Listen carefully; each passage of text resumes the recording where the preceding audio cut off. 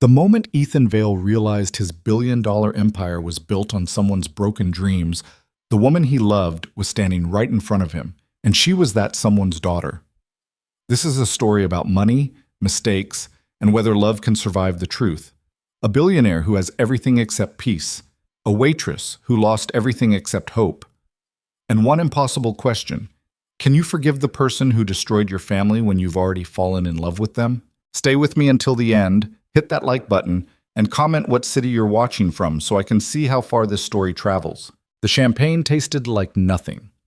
Ethan Vale held the crystal flute between his fingers, watching bubbles rise and die, while around him, Manhattan's elite celebrated like he'd just cured cancer instead of closing another acquisition. The restaurant, someplace with a name he couldn't pronounce and a wait list longer than most people's retirement plans, hummed with the kind of energy that only existed when everyone in the room had more money than problems. Except he had both. "To Ethan!" someone shouted.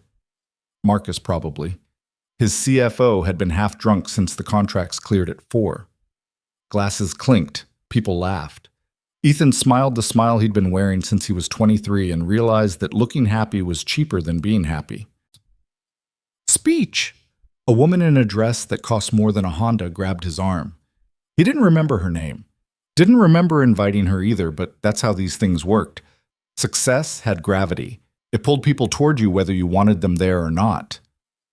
Ethan stood. The room went quiet except for the pianist in the corner who clearly hadn't gotten the memo.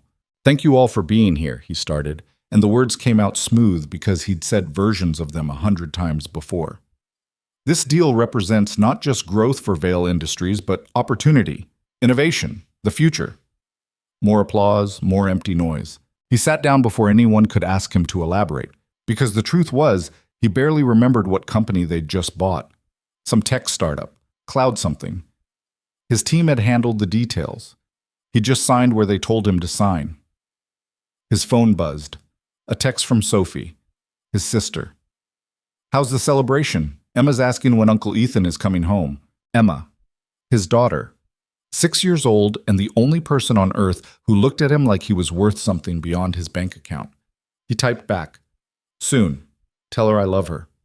The lie sat bitter on his tongue. It wouldn't be soon. It never was. "Mr. Vale?" A soft voice cut through his thoughts. He looked up. The waitress stood beside his table, holding a tray that looked too heavy for her thin arms. She wasn't like the others working tonight, no practiced smile, no rehearsed enthusiasm. She looked tired, real tired, the kind that lived in your bones. "Your entree, sir." She set down a plate of something artistic and probably delicious and definitely overpriced. "Thank you," Ethan said, but she was already turning away. "Wait." She stopped, turned back. Her eyes were brown, dark brown, and there was something in them, not anger exactly, but not happiness either.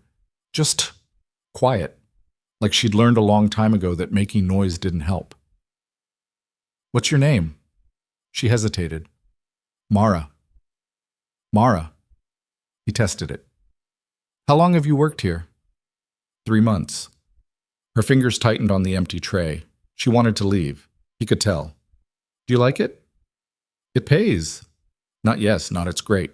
Just it pays." Someone called her name from across the room. She glanced over, then back at him. "I should—" "Of course, sorry." Ethan released her from the conversation, and she walked away quickly, like she was escaping. He watched her move through the crowd. She didn't glide like the other servers, all polish and performance. She moved careful, deliberate, like someone who'd learned to take up as little space as possible. "Who's that?" Marcus appeared beside him, following Ethan's gaze. "No one. Doesn't look like no one." Ethan cut into his steak. "Drop it." But he couldn't. For the rest of the night, he tracked her without meaning to. The way she carried herself, the way she listened when people ordered, really listened, instead of just waiting for them to stop talking. The way she smiled at an older couple in the corner, genuine, not the customer service version everyone else wore. By the time dessert arrived, he'd made a decision he couldn't explain. When Mara brought the check, he'd already filled out the tip line, $500. Her eyes went wide when she saw it. "Sir, this is—" "Correct." "I can't—" "You can." He stood, buttoning his jacket. Buy yourself something nice. Or don't. It's yours either way. She looked at him like she was trying to figure out if this was a trick. Why? Good question. He didn't have a good answer.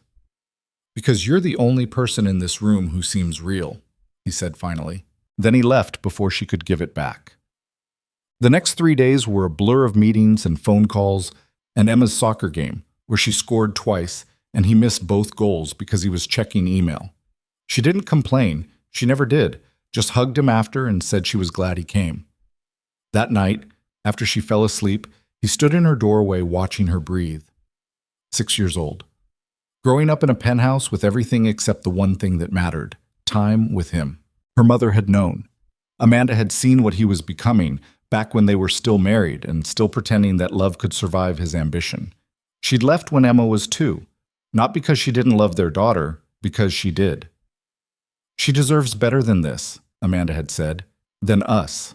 So Emma lived with her mother most of the time, came to Ethan on weekends, and he tried to compress a week's worth of parenting into 2 days. It never worked. You couldn't microwave connection. His phone rang. Unknown number. Normally he wouldn't answer, but something made him pick up. Hello? Static, then a voice. Familiar, but not. Mr. Vale? Yes? This is Mara, from Luminaire. She paused. I got your number from the reservation. I'm sorry, I shouldn't have... It's fine. His heart was beating faster, and he didn't know why. Is everything okay? I wanted to return your tip. He frowned. What? It's too much. I can't accept it. Mara, I can meet you tomorrow, anywhere. I'll bring cash. She sounded scared. Not of him, of owing something, of debt. Ethan understood debt, just not the kind you could pay back with money. Keep it, he said.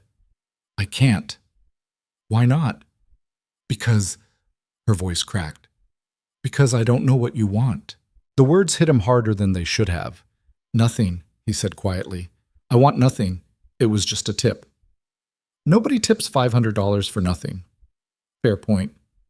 Meet me tomorrow, he said. Not to give it back. Just meet me. Silence. Please. He never said please, not to anyone, not in years. Okay, she whispered. They met at a coffee shop in Brooklyn. His driver had looked confused when Ethan gave him the address, nowhere near his usual spots, but didn't ask questions. Mara was already there when he arrived, sitting at a corner table with her hands wrapped around a mug like she needed it for warmth, even though it was 60 degrees outside. Hi, he said. Hi. He sat down, ordered coffee he didn't want, waited. She spoke first. I brought the money. I don't want it. Mr. Vale. Ethan, please. She looked at him. Really looked. Like she was trying to read something written in a language she didn't speak. Why did you want to meet me? She asked. Honest question. Deserved an honest answer. I don't know, he admitted. You seemed different. Different how? Real. She almost smiled. You say that like it's rare. In my world, it is. Maybe you need a different world. The words should have sounded judgmental. They didn't, just sad. Maybe, he agreed. They sat in silence for a minute. Not awkward, just there. Can I ask you something? Ethan said. Sure. Why are you working at Luminaire? You don't... He searched for the right words. You don't seem like you fit there. I don't fit anywhere. She said it simply. Fact, not complaint. But it pays better than most places, and I need the money. For what? She hesitated. Does it matter? No, I'm just curious. Another pause, then art school. Or I did. I dropped out 2 years ago. Why? Life got complicated. He waited. She sighed.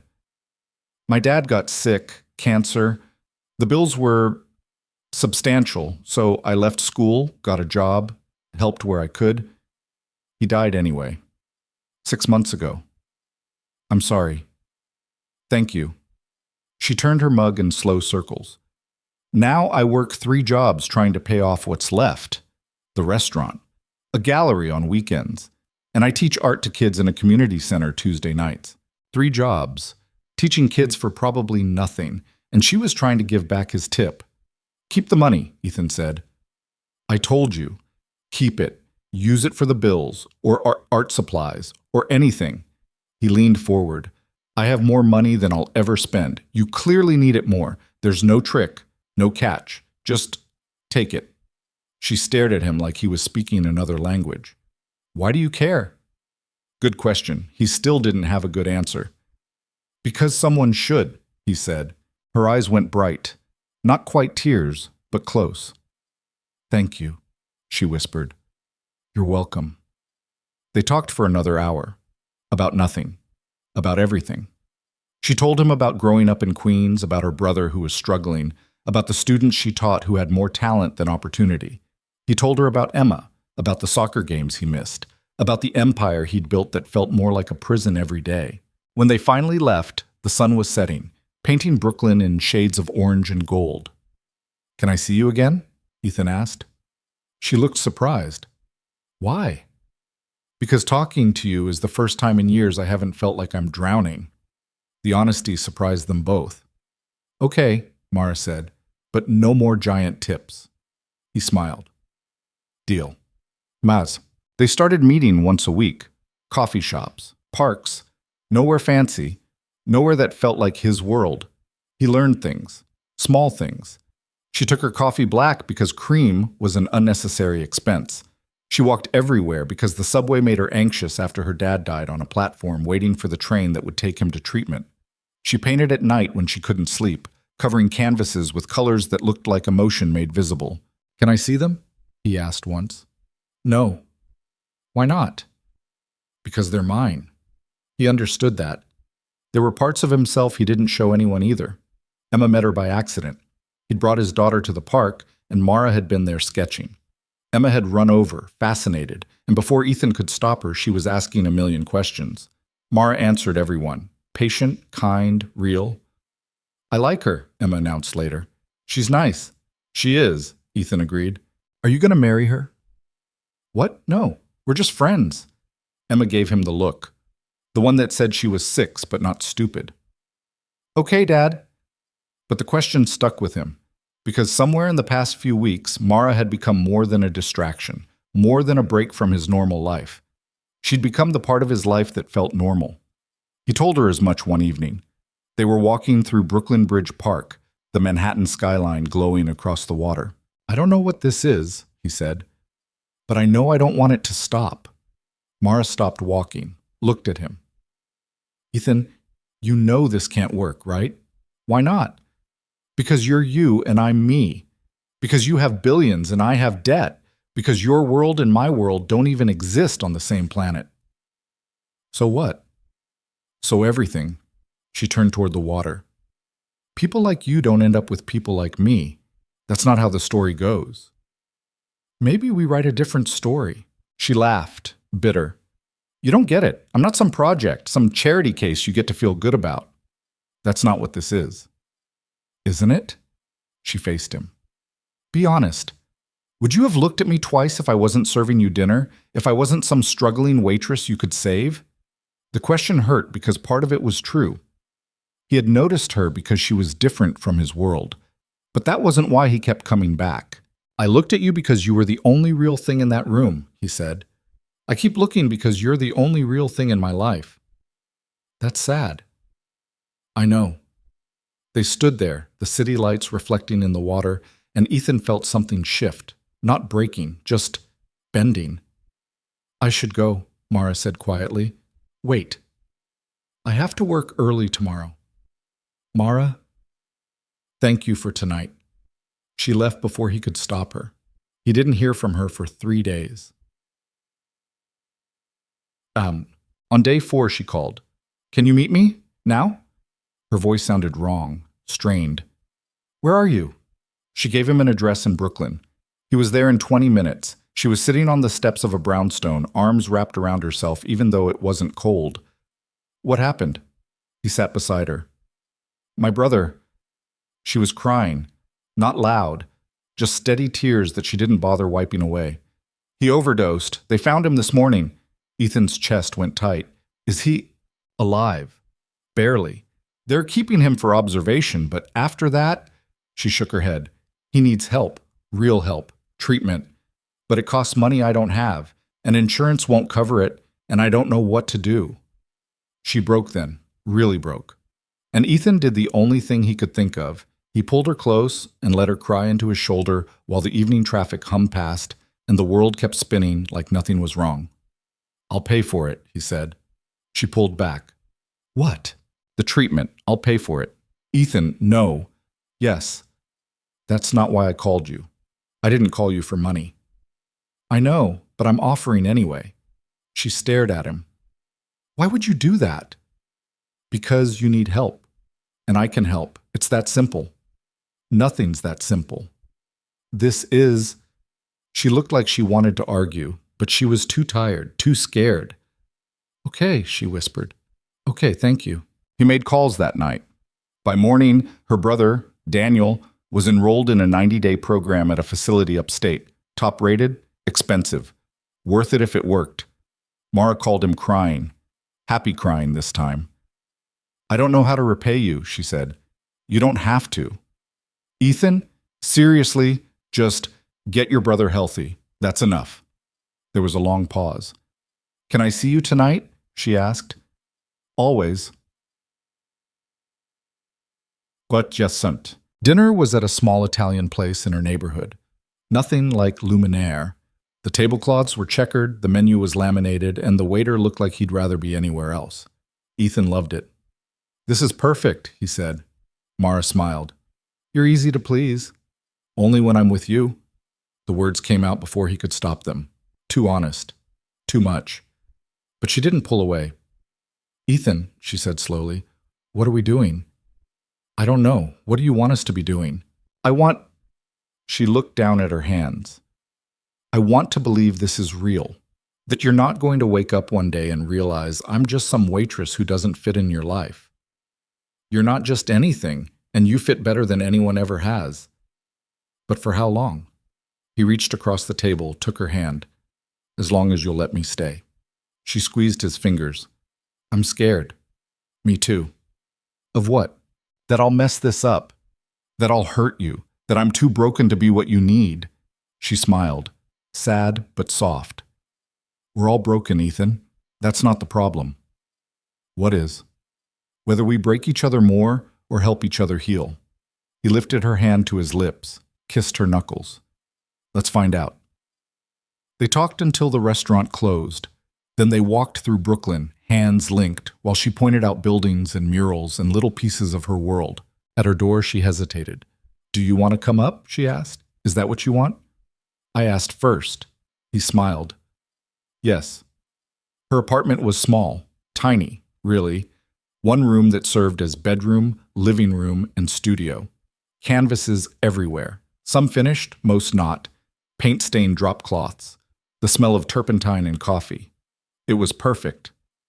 It's not much, she said. It's you. She showed him her work. Pieces she'd never let anyone see. Abstract, mostly. Colors bleeding into each other like thoughts that didn't have words yet. These are incredible, he said. They're just paint. No, they're you. Your heart on canvas. She looked at him like he'd said something profound instead of obvious. No one's ever understood that before. Then you've been showing them to the wrong people. They sat on her floor, backs against the couch, shoulders touching. Can I ask you something? Mara said. Anything. Why are you so empty? The question should have offended him. It didn't. I don't know, he admitted. I spent 20 years building an empire, making money, winning. And somewhere along the way, I forgot why I was doing it. Now it's just momentum. I keep going because stopping feels like failing. That sounds exhausting. It is. So stop. He laughed. It's not that easy. Why not? Because people depend on me. Employees, shareholders, Emma. Does Emma need your money or your time?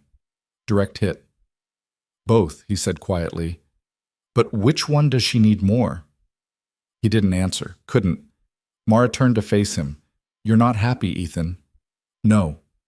Do you want to be? I don't know if I remember how. She touched his face, gentle. Then maybe we figure it out together. He kissed her, slow, careful, like she might disappear if he moved too fast. She kissed him back, and for the first time in years, Ethan felt something other than empty. The next morning, he woke up on her couch. She was already awake, painting by the window, early light cutting across her face. "Morning," he said. She looked over, smiled. "Hi. What are you painting?" "You." He sat up. "Can I see?" "No." "Why not?" "Because it's not done, and because you'll make me self-conscious." He walked over anyway. The painting was abstract, blues and grays and something gold breaking through. It didn't look like him, but it felt like him. "Is that how you see me?" he asked. "Sometimes. And other times? Other times you're darker, more red than blue." "Which one's real?" "Both?" She set down her brush. "People aren't one color, Ethan. We're all mixed." He kissed the top of her head. "Profound before coffee. I'm impressed." She laughed. "Shut up." His phone rang. Emma's name on the screen. "Hey, sweetheart." "Daddy, where are you? Sophie said you didn't come home last night." Guilt stabbed through him. "I'm in Brooklyn. I had a late meeting." "Oh." Pause. "Are you coming to my recital today?" Recital, piano. He'd forgotten. "Of course. What time?" 3. "I'll be there." "Promise?" "Promise." He hung up, looked at Mara. "You forgot," she said. Not accusing, just knowing. "Yeah." "Go, be with her." "Come with me." She blinked. "What?" "Come with me. Meet Emma properly. See this part of my life." "Ethan, I don't think—" "Please." She studied him. "You're sure?" "Completely." "Okay." The recital was at Emma's school. Ethan arrived early with Mara, who looked nervous in a way he'd never seen. "They're going to judge me," she whispered. "Who?" "Everyone. The other parents. They'll take one look and know I don't belong." "You belong because I want you here." "That's not how the world works." "Maybe not." But he was tired of living by the world's rules. Emma found them in the crowd. Her face lit up when she saw Mara. "You came." "I did," Mara said. "Your dad invited me. Are you his girlfriend now?" Mara's face went red. Ethan tried not to laugh. "We're friends," he said. "Uh-huh." Emma was 6 but skeptical. "You're sitting together, right?" "Wouldn't miss it," Mara said. The recital was exactly what you'd expect. Kids stumbling through simple pieces, parents beaming like their children were prodigies. Emma played Fiorelise, got through most of it before her fingers fumbled, but she recovered and finished strong. Ethan stood and clapped like she'd just won a Grammy. Afterward, Emma ran over. "Did you see? I only messed up once." "You were perfect," he said. "Mara, did you like it?" "I loved it. You have real talent." Emma practically glowed. They got ice cream after. The 3 of them sitting on a bench in Central Park while Emma talked nonstop about school and friends and the hamster her mom finally agreed to let her get. Ethan watched Mara with his daughter. The easy way she listened, the genuine interest, the lack of condescension that most adults showed kids. "I like her," Emma announced when Mara went to throw away their cups. "I know." "She's pretty." "She is. And nice." "Very." "You should definitely marry her." Ethan laughed. "It's complicated, Em." "Why?" 6-year-old logic. Why indeed? Mara came back. They walked through the park, Emma between them, holding both their hands. For a few hours, Ethan felt like he was living someone else's life. Someone happier, someone whole. Then his phone rang. Marcus. He almost didn't answer. "Yeah?" "We have a problem. The Meridian acquisition. Their board is pushing back on the terms." Ethan's jaw tightened. "I thought we had an agreement." "We did. Now we don't. They want another meeting. Tomorrow, 8 a.m. Tomorrow, Sunday." "I can't. Ethan, this is a $400 million deal." "I said I can't." Silence on the other end, then, "Are you serious right now?" He looked at Emma, at Mara. "Move it to Monday." "They won't." "Make them. That's why I pay you." He hung up. Mara was watching him. "Everything okay?" "Yeah, just work." But it wasn't. Because that night, after he dropped Mara home and put Emma to bed, he sat in his study staring at spreadsheets and contracts and thought about what she'd asked him. "Do you want to be happy?" He didn't know, but he wanted to find out. The following week blurred past. More meetings, more calls, more time away from the people he actually wanted to see. He and Mara talked on the phone every night, long conversations that felt like oxygen. "Tell me something real," she'd say. And he would. Things he'd never told anyone. About his father, who died when Ethan was 19 and left him nothing but debt and disappointment. About building Vail Industries from nothing because he refused to be his father. About Amanda leaving and how he couldn't even blame her. "You carry a lot," Mara said one night. "So do you." "Yeah, but I'm learning to put some of it down." "How?" "By letting people help, by admitting I can't do everything alone." Pause. "You should try it." "I'm not good at needing people." "I noticed." He smiled into the phone. "You calling me out?" "Someone has to." "Fair." Silence. Comfortable. "I miss you," he said. "I miss you too. When can I see you?" "I'm working double shifts this week. Daniel's treatment is expensive even with your help, and I want to pay you back." "Mara, no. Let me finish. I want to pay you back because owing you money makes this feel complicated, and I want this to be simple." "Nothing about us is simple." "I know, but I want to try." "Okay, then let me help another way." "How?" An idea had been forming. Crazy, probably, but maybe crazy was what he needed. "My foundation," he said. "Vail Industries has an education foundation. We're supposed to fund arts programs and scholarships, but honestly, it's been on autopilot for years. I barely pay attention to it." "Okay. I want to rebuild it, actually make it matter, and I want your help."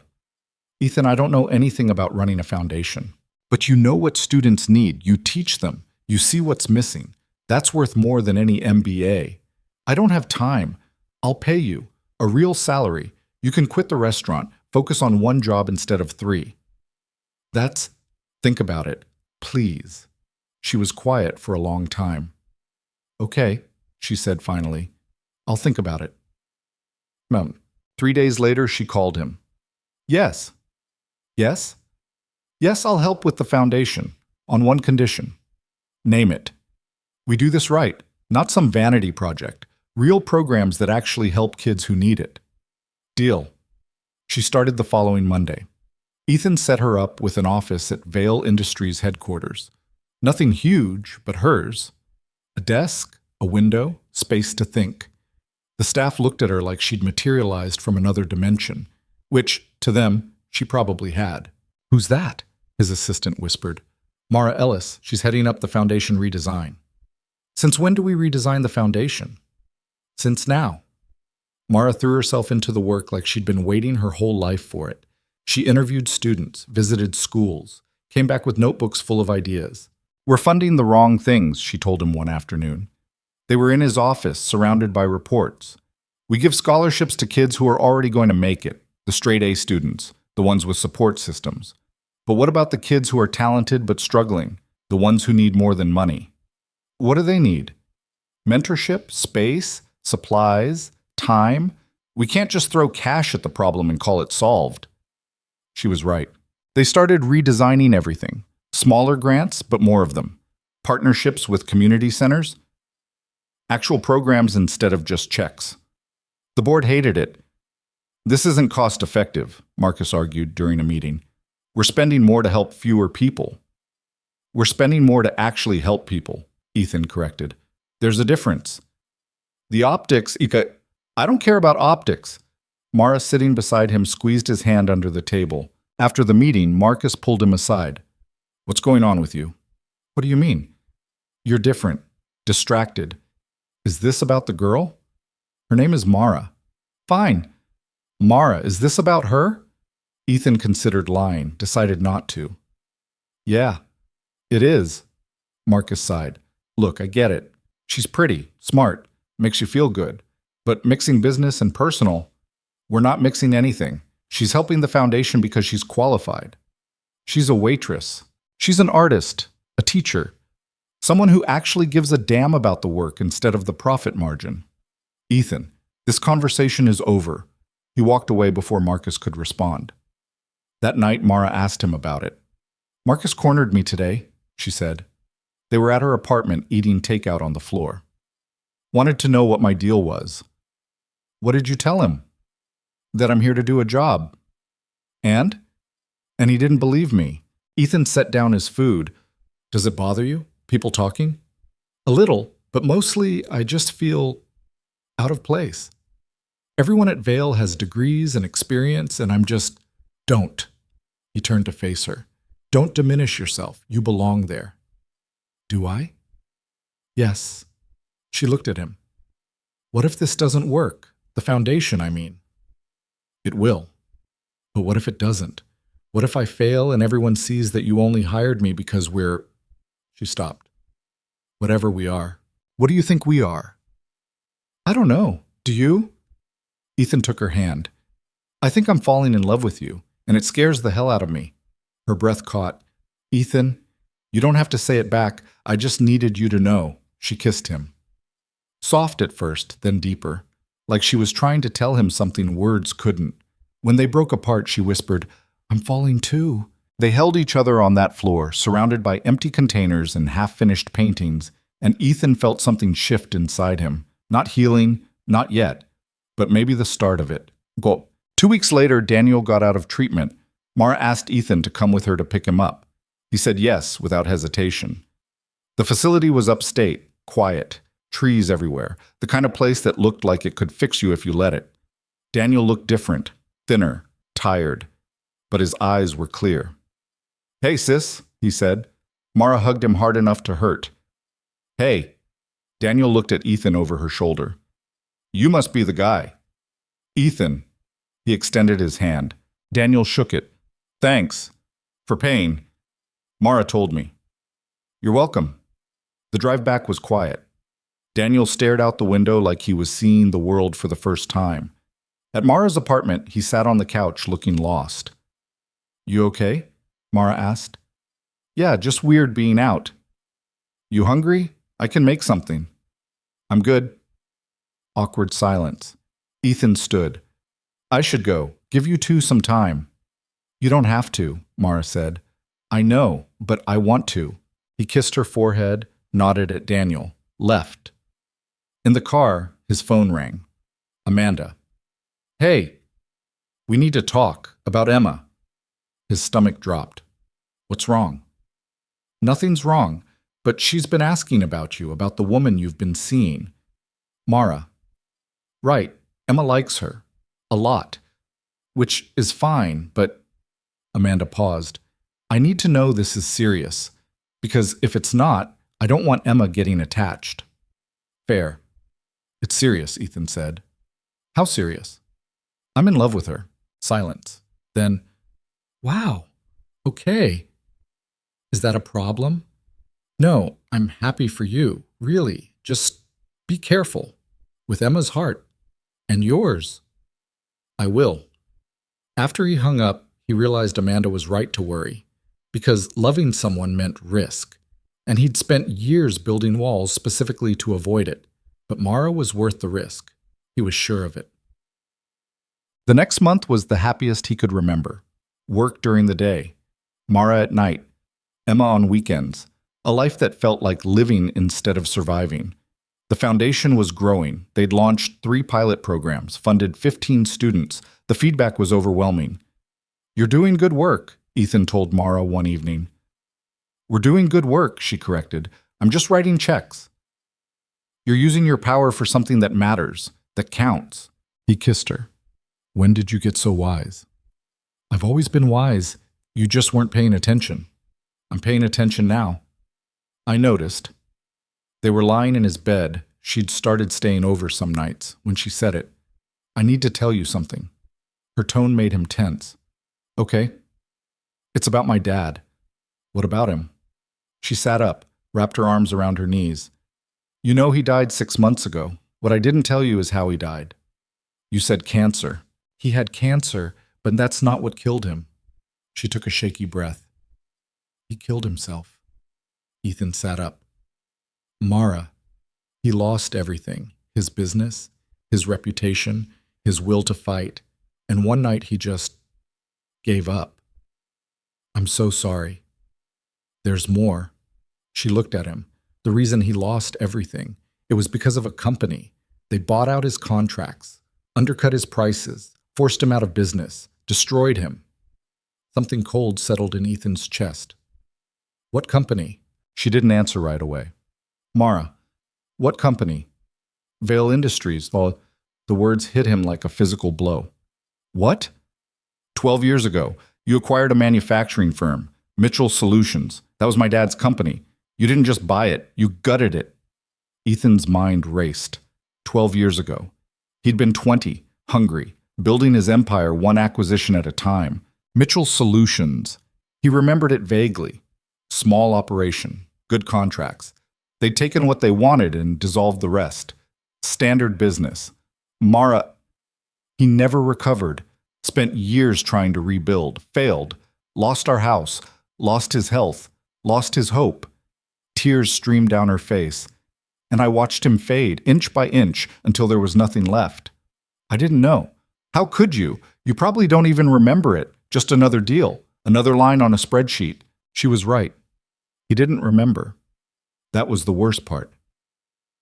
Why didn't you tell me? His voice was barely a whisper. Because I didn't know it was you, not at first. I knew Vale Industries was involved, but I didn't connect it to you until I started working on the foundation and saw the old acquisition files. When? 2 weeks ago. 2 weeks.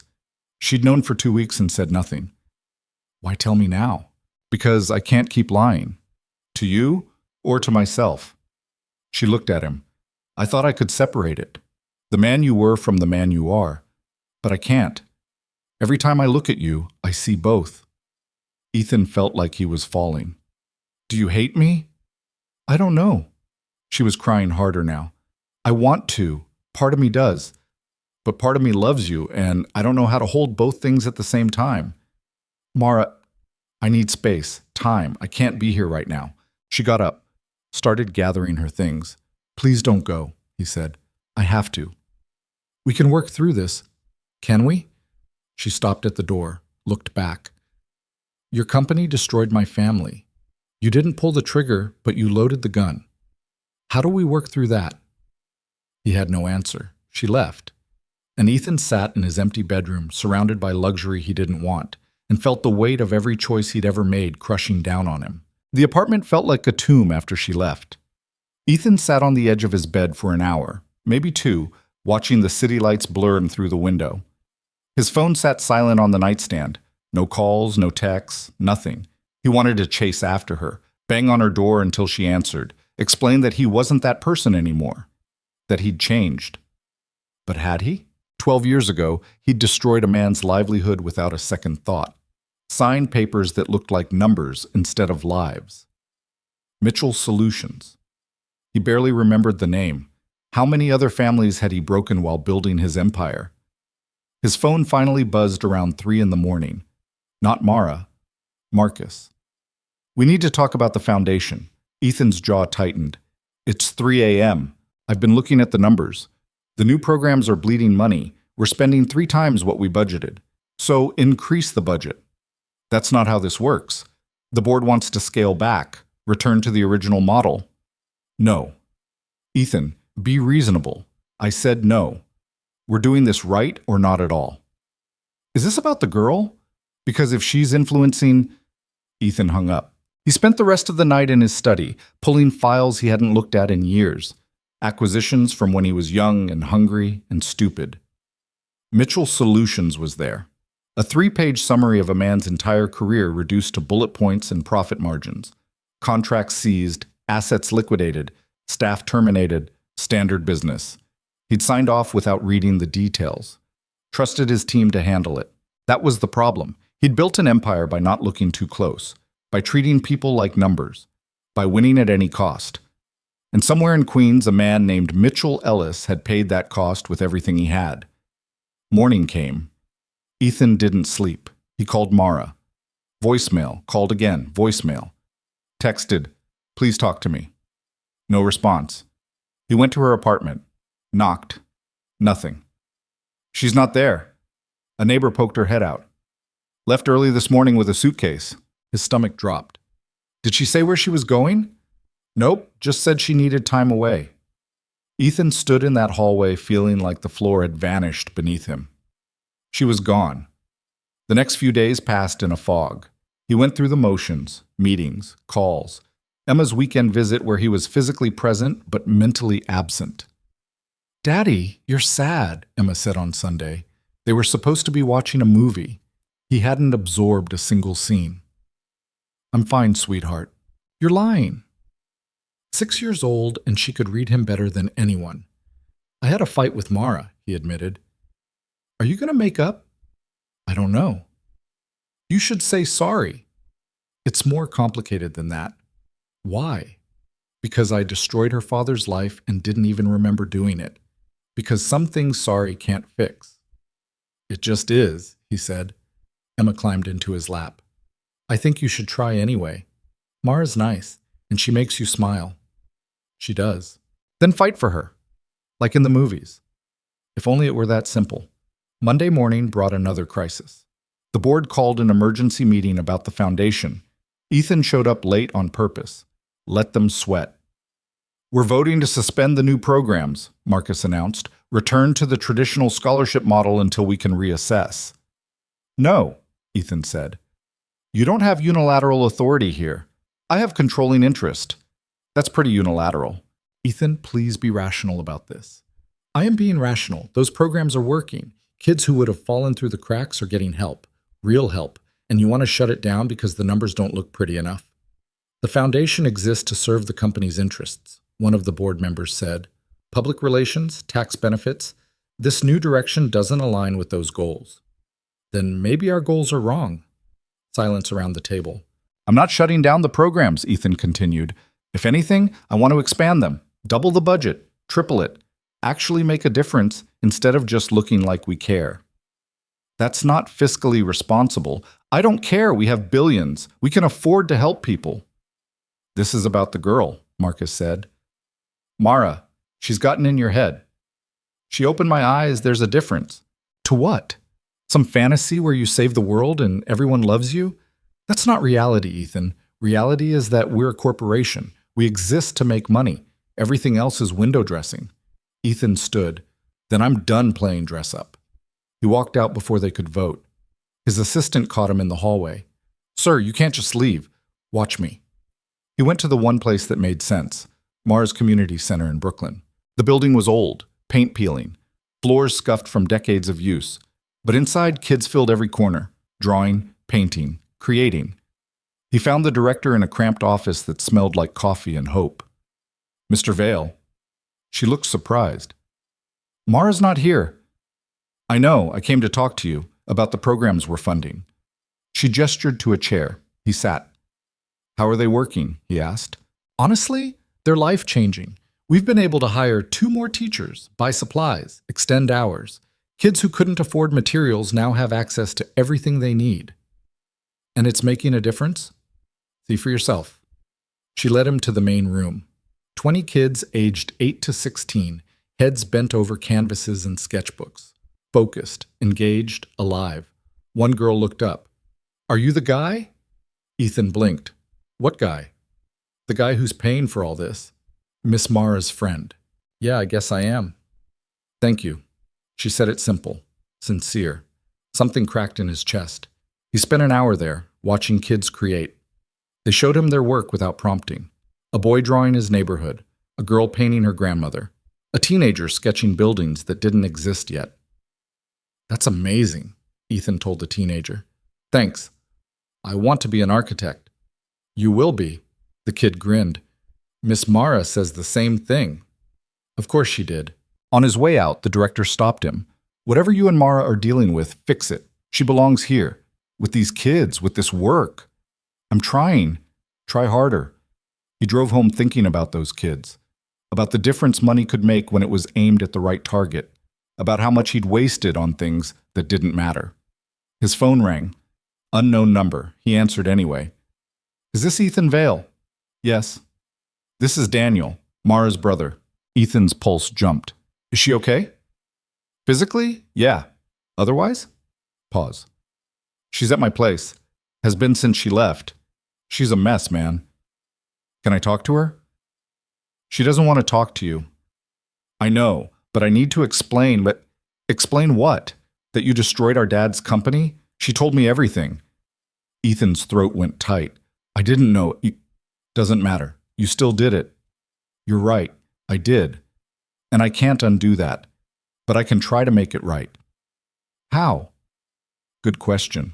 I don't know yet, but I'm going to figure it out. Daniel was quiet for a long moment. She loves you. You know that, right? I know. That's why she's so destroyed, because she wanted to hate you and she can't. What do I do? I have no idea, but for what it's worth, she's not the only one you helped. That treatment program saved my life. I don't know if Mara told you, but I've been clean for 6 weeks. Longest I've been sober in 5 years. I'm glad. So yeah, you did one good thing. Maybe you can do more. He hung up. Ethan sat in his car outside his building, phone in hand, and made a decision. He called his lawyer. I need you to pull every acquisition file from the last 15 years, every company we bought, every contract we seized, all of it. That's going to be hundreds of documents. I don't care. I want them by Friday. What are you looking for? Damage. The files arrived Thursday. Boxes of them. Ethan cleared his dining table and started reading. Mitchell Solutions was just the beginning. Over the years, Vale Industries had acquired 47 companies. Of those, 31 had been dismantled, assets stripped, employees laid off, owners left with nothing. He found names, people whose entire careers he'd ended with a signature. Some had recovered, started new ventures, moved on. Others hadn't. One man had lost his house. Another had filed for bankruptcy. A woman in Ohio had written letters to Vale Industries begging for severance. The letters had been filed and ignored. Ethan read until his eyes burned and his hands shook. This was his legacy. Not innovation, not success, destruction. By Friday morning, he had a plan. Risky, expensive, maybe impossible, but necessary. He called Marcus. Set up a board meeting, full board, Monday morning. What's this about? You'll see. He spent the weekend with Emma, trying to be present. They went to the park, got lunch, played games in his apartment. Are you okay, Daddy? She asked Sunday night before bed. Working on it, sweetheart. Did you talk to Mara? Not yet. You should. I will. I promise. After she fell asleep, he stood in her doorway again, watching her breathe. She deserved better than him. Better than a father who was barely present. Better than someone who'd built his fortune on other people's pain. But maybe he could become better. For her. For Mara. For himself. Monday morning, the boardroom was packed. Every member present. Marcus looked confused. The others looked annoyed. This better be important, someone muttered. Ethan stood at the head of the table. No notes. Just truth. I've spent the last week reviewing every acquisition Vale Industries has made since I took over, and I've come to a conclusion. He pulled up a document on the screen. Names, companies, damages. We destroyed these people, not competed with them. Destroyed them. Took their livelihoods and threw them away like they didn't matter. That's business, Marcus started. No, that's cruelty disguised as business, and I'm done with it. He clicked to the next slide. A proposal. I'm creating a reparations fund. $50 million to start. We're going to track down everyone we hurt and make it right. Buy back companies where possible, provide compensation where it's not, offer jobs, training, whatever it takes. The room erupted. That's insane.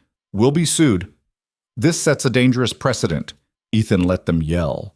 When they finally quieted, he continued. I know this sounds crazy. Maybe it is. But I'm tired of winning at other people's expense. I'm tired of being the villain in someone else's story.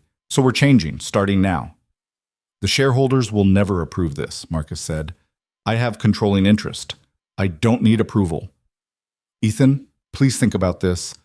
I have. For days, this is happening. Then you're going to destroy this company. No, I'm going to save it. Save what it could be instead of what it's become. He looked around the table. Anyone who can't support this direction is welcome to resign. I'll write generous severance checks. But this is the new Vale Industries. Take it or leave it. Silence. Then slowly, one board member nodded, then another. Marcus just looked at him like he'd lost his mind. Maybe he had. After the meeting, Ethan went straight to his office and started making calls. First on the list, tracking down everyone from Mitchell Solutions. Most of the employees had moved on. New jobs, new lives. He sent compensation anyway. Not much, but something. The harder part was finding information about Robert Mitchell Ellis, Mara's father. He'd died 6 months ago. No estate to speak of. Medical bills that had consumed everything. But he'd had a wife, Mara's mother. It took Ethan 3 days to find her. She lived in a small apartment in Queens, worked as a home health aide. He showed up unannounced. Probably a mistake. When she opened the door, he saw Mara's eyes looking back at him. Same shape, same sadness. Mrs. Ellis? Yes? My name is Ethan Vale. I need to talk to you about your husband. Her face went hard. I know who you are. Can I come in? Why would I let you in my home? Fair question. Because I want to apologize and because I want to try to make things right. She studied him. You're the one dating my daughter. I was. I don't know what we are now. She called me, told me everything. Mrs. Ellis crossed her arms. You have a lot of nerve showing up here. I know, but I needed to tell you in person. What my company did to your husband was wrong. I was wrong. And I can't undo it, but I want to try to make amends. Amends. She said it like a curse word. You think money fixes what you did? No, but it's all I have to offer. My husband spent 12 years trying to rebuild what you took. 12 years of failure and shame and slowly giving up. And when the cancer came, he welcomed it. You know why? Because he was so tired of fighting, so tired of feeling worthless. The words hit like punches. I can't bring him back, Ethan said quietly. But I can try to honor his memory. I'm creating a fund to help people my company hurt, and I'd like to name it after him. The Robert Ellis Opportunity Fund, for small business owners who need a second chance. Mrs. Ellis's eyes filled with tears. You think that makes it okay? No, nothing makes it okay, but maybe it makes it less awful. She was quiet for a long time. Then she stepped aside. 5 minutes. He came in. The apartment was small but clean, photos everywhere. Mara as a kid. Daniel. A man who must have been Robert. That's him, Mrs. Ellis said, following his gaze. Before you destroyed him. Ethan looked at the photo. Robert Ellis had kind eyes. A genuine smile. He looked like someone who loved his work. Tell me about him, Ethan said. Why? Because I need to understand what I took. So she did. For more than 5 minutes. Closer to an hour. She told him about Robert's business, how he'd started it from nothing, how he'd employed 30 people, how he'd been fair and honest and proud of what he'd built. When your company came in, he tried to fight, hired a lawyer, couldn't afford a good one, lost everything in 6 months. I'm sorry. He was a good man, a great father, and you broke him. I know. Do you? Do you really know what it's like to watch someone you love fade away? To see them stop caring whether they live or die? Ethan thought about his own father. Different circumstances, same result. Yeah, he said. I do. Something shifted in her expression. I'm not asking for forgiveness, Ethan continued. I don't deserve it, but I'm asking for a chance to do better, to help people the way I should have from the beginning. Mrs. Ellis wiped her eyes. Mara loves you. I love her too. Then why are you here instead of with her? Because she won't talk to me, and because I needed to face what I did before I could ask her to forgive it. Smart boy. Is there anything I can do? For you? For your family? She was quiet. Then, my husband had a dream. Before everything fell apart, he wanted to start a scholarship for kids interested in business, give them the education he never had. I'll fund it, whatever you need. I don't want your money. It's not for me, it's for him, for his legacy. She looked at the photo of her husband. He would have liked that. Ethan pulled out a business card. My personal number. Call me when you're ready to talk details. She took it. You hurt my daughter. I know. If you want her back, you need to prove you've changed. Not with money, with who you are. I'm trying. Try harder. Same words the community center director had said. Ethan left feeling heavier and lighter at the same time. He spent the next week implementing the reparations fund, hired a team to track down everyone Vail Industries had damaged, started writing checks. Some people accepted gratefully. Others told him where to shove his money. He didn't blame them. He also started changing how Vail Industries operated. New guidelines for acquisitions, ethics reviews, impact assessments. Marcus fought him on everything. You're handicapping us, he argued. Our competitors don't care about this stuff. They'll eat us alive. Let them try.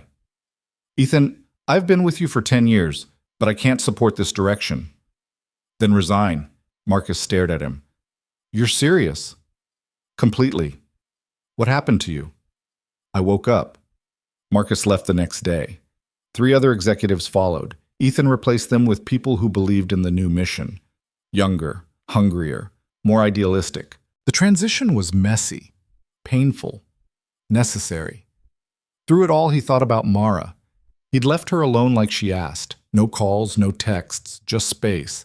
But he needed to see her, even if she still hated him. He went back to the community center. She was there, teaching a class, moving between students, offering encouragement, being exactly who she was. He watched from the doorway. She looked tired, thinner than before, but still beautiful. She saw him, froze. For a moment, neither moved. Then she said something to her students and walked over. What are you doing here? I needed to see you. I asked for space. I know, and I've given you 3 weeks, but I can't stay away anymore. She crossed her arms. So talk. Not the warm welcome he'd hoped for, but better than nothing. I've been working on something, a reparations fund for everyone Vail Industries hurt, including your father. Her jaw tightened. You think money fixes this? No. But it's a start. For who? Me? Your conscience? For the people we hurt, for their families, for a future where I stop being the reason someone's life falls apart. She looked at him. Really looked. Why now? Why not years ago? Because I was blind, selfish, focused on winning instead of what winning cost.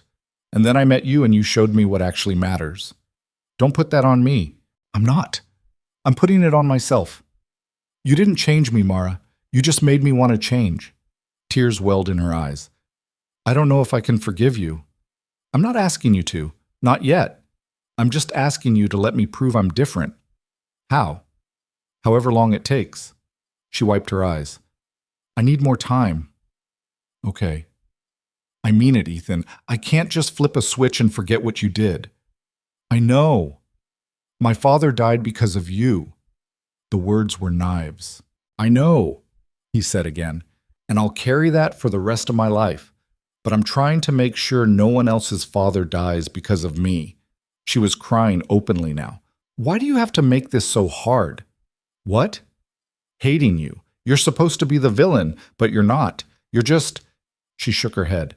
You're just a person who made terrible choices, and now you're trying to fix them, and I don't know what to do with that. Ethan stepped closer. What do you want to do with it? I want to forgive you, but I'm scared. Of what? That you'll go back. That this is temporary. That you'll wake up one day and remember you're a billionaire and I'm nobody, and you'll leave. You're not nobody. You're everything. Don't say things like that. Why not? It's true. She looked at him with those brown eyes that had haunted him for weeks. I can't do this here, she said. Not with my students watching. Then where? I don't know. Somewhere we can actually talk. They ended up at the Brooklyn waterfront. Same place they'd walked before everything fell apart. The sun was setting, painting the sky in colors that looked like one of Mara's paintings. They walked in silence for a while, then sat on a bench facing the water. Tell me about the fund, Mara said finally. So he did. Every detail. The tracking, the compensation, the Robert Ellis Opportunity Fund. I met your mother, he added. Mara's head whipped toward him. What? Last week. I went to her apartment, told her what I was doing, asked about your father. You had no right. I know. But I needed to face her, face what I did. What did she say? That your father was a good man, that I broke him, that if I want you back, I need to prove I've changed. She's right. I know. Mara looked out at the water. My dad used to bring me here when I was a kid. We'd watch the boats, and he'd tell me about all the places they were going, make up stories about the people on them. He sounds like he was a great father. He was. Until your company destroyed him. Then he was just gone. Physically there, but emotionally absent. I watched him disappear piece by piece. I'm sorry. I know you are. But sorry doesn't bring him back. No, it doesn't. They sat in silence. Not comfortable, but not hostile either. I'm moving back to my place, Mara said eventually. Daniel's doing better, doesn't need me hovering. That's good. Yeah. More silence. Can I ask you something? Ethan said. Sure. Do you think there's a chance for us? Any chance at all? Mara turned to look at him. Her eyes were red from crying but clear. I don't know, she said honestly. I love you. That hasn't changed, but love isn't always enough. What else do you need? Time, trust, proof that you're really different and not just performing for me. How do I prove that? I guess we'll find out. It wasn't a yes, but it wasn't a no either. Ethan took what he could get. If you or someone you know is having a difficult time, free support is available. Find resources. They started slow. Coffee once a week. Always in Brooklyn. Always on her terms. Ethan didn't push. Didn't ask for more than she was willing to give. Just showed up when she said to and tried not to hope too hard. The first few meetings were stiff. Polite conversation that felt rehearsed. Weather, work, surface things that didn't touch the wound between them. But gradually, something shifted. 3 weeks in, Mara laughed at something he said. A real laugh, not the careful kind. It only lasted a second before she caught herself, but Ethan heard it, held on to it like proof. Tell me about the fund, she said one afternoon. They were walking through Prospect Park, leaves crunching under their feet. How's it actually working? Messier than I expected. Some people don't want the money. Think it's guilt disguised as generosity. Is it? Partly. But it's also just the right thing to do. She glanced at him. When did you start caring about the right thing? When I realized doing the wrong thing was killing me. They walked in silence for a minute. We found 18 people from your dad's company, Ethan continued. Most moved on, got new jobs, but 3 never recovered, lost everything. One guy's been working security for minimum wage the last decade, used to be head of operations. And you're helping them? Trying to. Offered him a position at Vail. He told me to go to hell. Can't blame him. I don't, but I'll keep trying. Mara stopped walking, looked at him straight on. Why does this matter so much to you? Because you matter. Because Emma matters. Because I want to be someone they can be proud of instead of someone they have to explain. Her eyes softened, just barely. That's a good answer. It's the truth. They kept walking.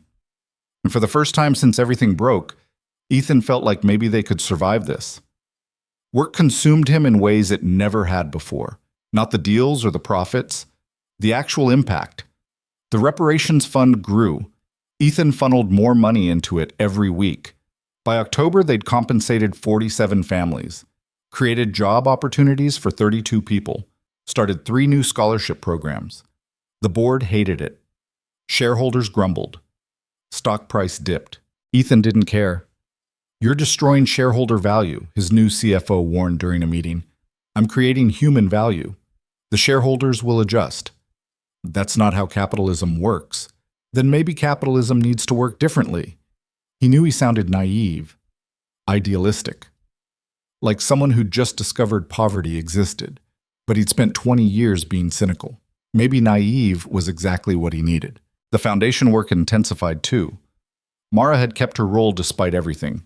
She'd thought about quitting, she told him. Didn't want people thinking she was there because of him. Stay because the work matters, Ethan had said. Not because of me or despite me, just because it's important. So she stayed. They rebuilt the programs from the ground up. More community partnerships, more direct support, less bureaucracy. We need to go where the kids are, Mara argued during a planning session. Not make them come to us. Mobile art labs, supplies delivered to schools, teachers embedded in communities. That'll cost millions, someone said. Then we spend millions, Ethan replied. They launched the first mobile lab in November, a renovated bus filled with art supplies. It traveled to neighborhoods where kids had never held a real paintbrush. Ethan went to the first stop, watched kids pile on, eyes wide, touching everything like it might disappear. One girl, maybe 10, grabbed his sleeve. Is this real? We can really use all this? It's real. It's yours. She hugged a set of markers like they were treasure. That night he called Mara. They'd started talking on the phone again, careful conversations that felt like learning each other over. You should have seen them, he said. These kids. They lit up. I wish I could have been there. Come to the next one. Maybe. Silence. The comfortable kind. How's Daniel? Ethan asked. Good. 90 days sober as of yesterday. Got a job at a coffee shop. Nothing fancy, but it's honest work. That's huge. Yeah. Her voice went soft. Thank you for that. For giving him a chance when no one else would. You don't have to thank me. I do, because it mattered. He matters. So do you. More silence. Then Mara said, I'm scared, Ethan. Of what? That I'm starting to forgive you. And I don't know if I should. His chest tightened. Why not? Because what if you go back? What if this version of you is temporary and the old one comes back? I won't.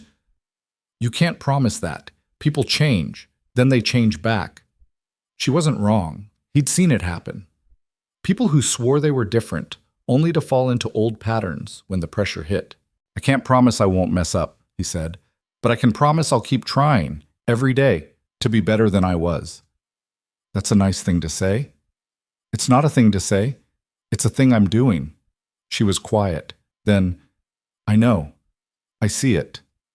And I'm still scared, but maybe less than before. Progress. He'd take it. Thanksgiving came. Ethan spent it with Emma and his sister Sophie. Amanda joined too, which was weird but not bad. They'd reached a place where they could be friendly for their daughter's sake. You seem different, Amanda said while Emma was in the other room. Lighter. I'm trying to be better. Because of her? Mara? Because of me. She just made me realize I wanted to. Amanda smiled. Good. You needed that. Needed what? Someone who made you want to change instead of someone who begged you to. Fair point. Emma came running in. Daddy, can Mara come for Christmas? Ethan glanced at Amanda, who shrugged. I don't know, sweetheart. I'd have to ask her. Ask her now. It's not that simple. Please. How do you say no to that face? He texted Mara later. Emma wants you at Christmas. No pressure. Just wanted you to know you're invited. She replied an hour later. That's sweet. Can I think about it? Of course. December arrived with the kind of cold that made New York feel like punishment. Ethan threw himself into work and foundation projects and anything that kept him moving. The mobile art lab expanded to 3 buses.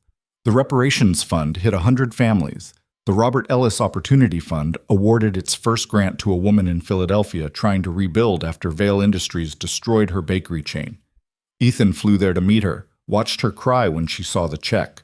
I can actually start over, she whispered. You deserve it. I thought you people didn't care. Just took and moved on. We didn't. But we're trying to now.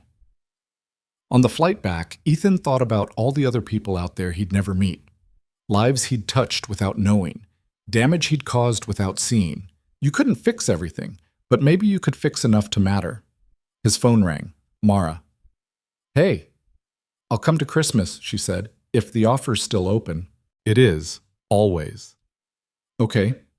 But Ethan? Yeah? This doesn't mean everything's fixed between us. I know. I'm still working through it. I know that too. I just don't want you to think, Mara, I'm just happy you're coming. He heard her exhale. Me too. Christmas Eve, Ethan cleaned his apartment like his life depended on it.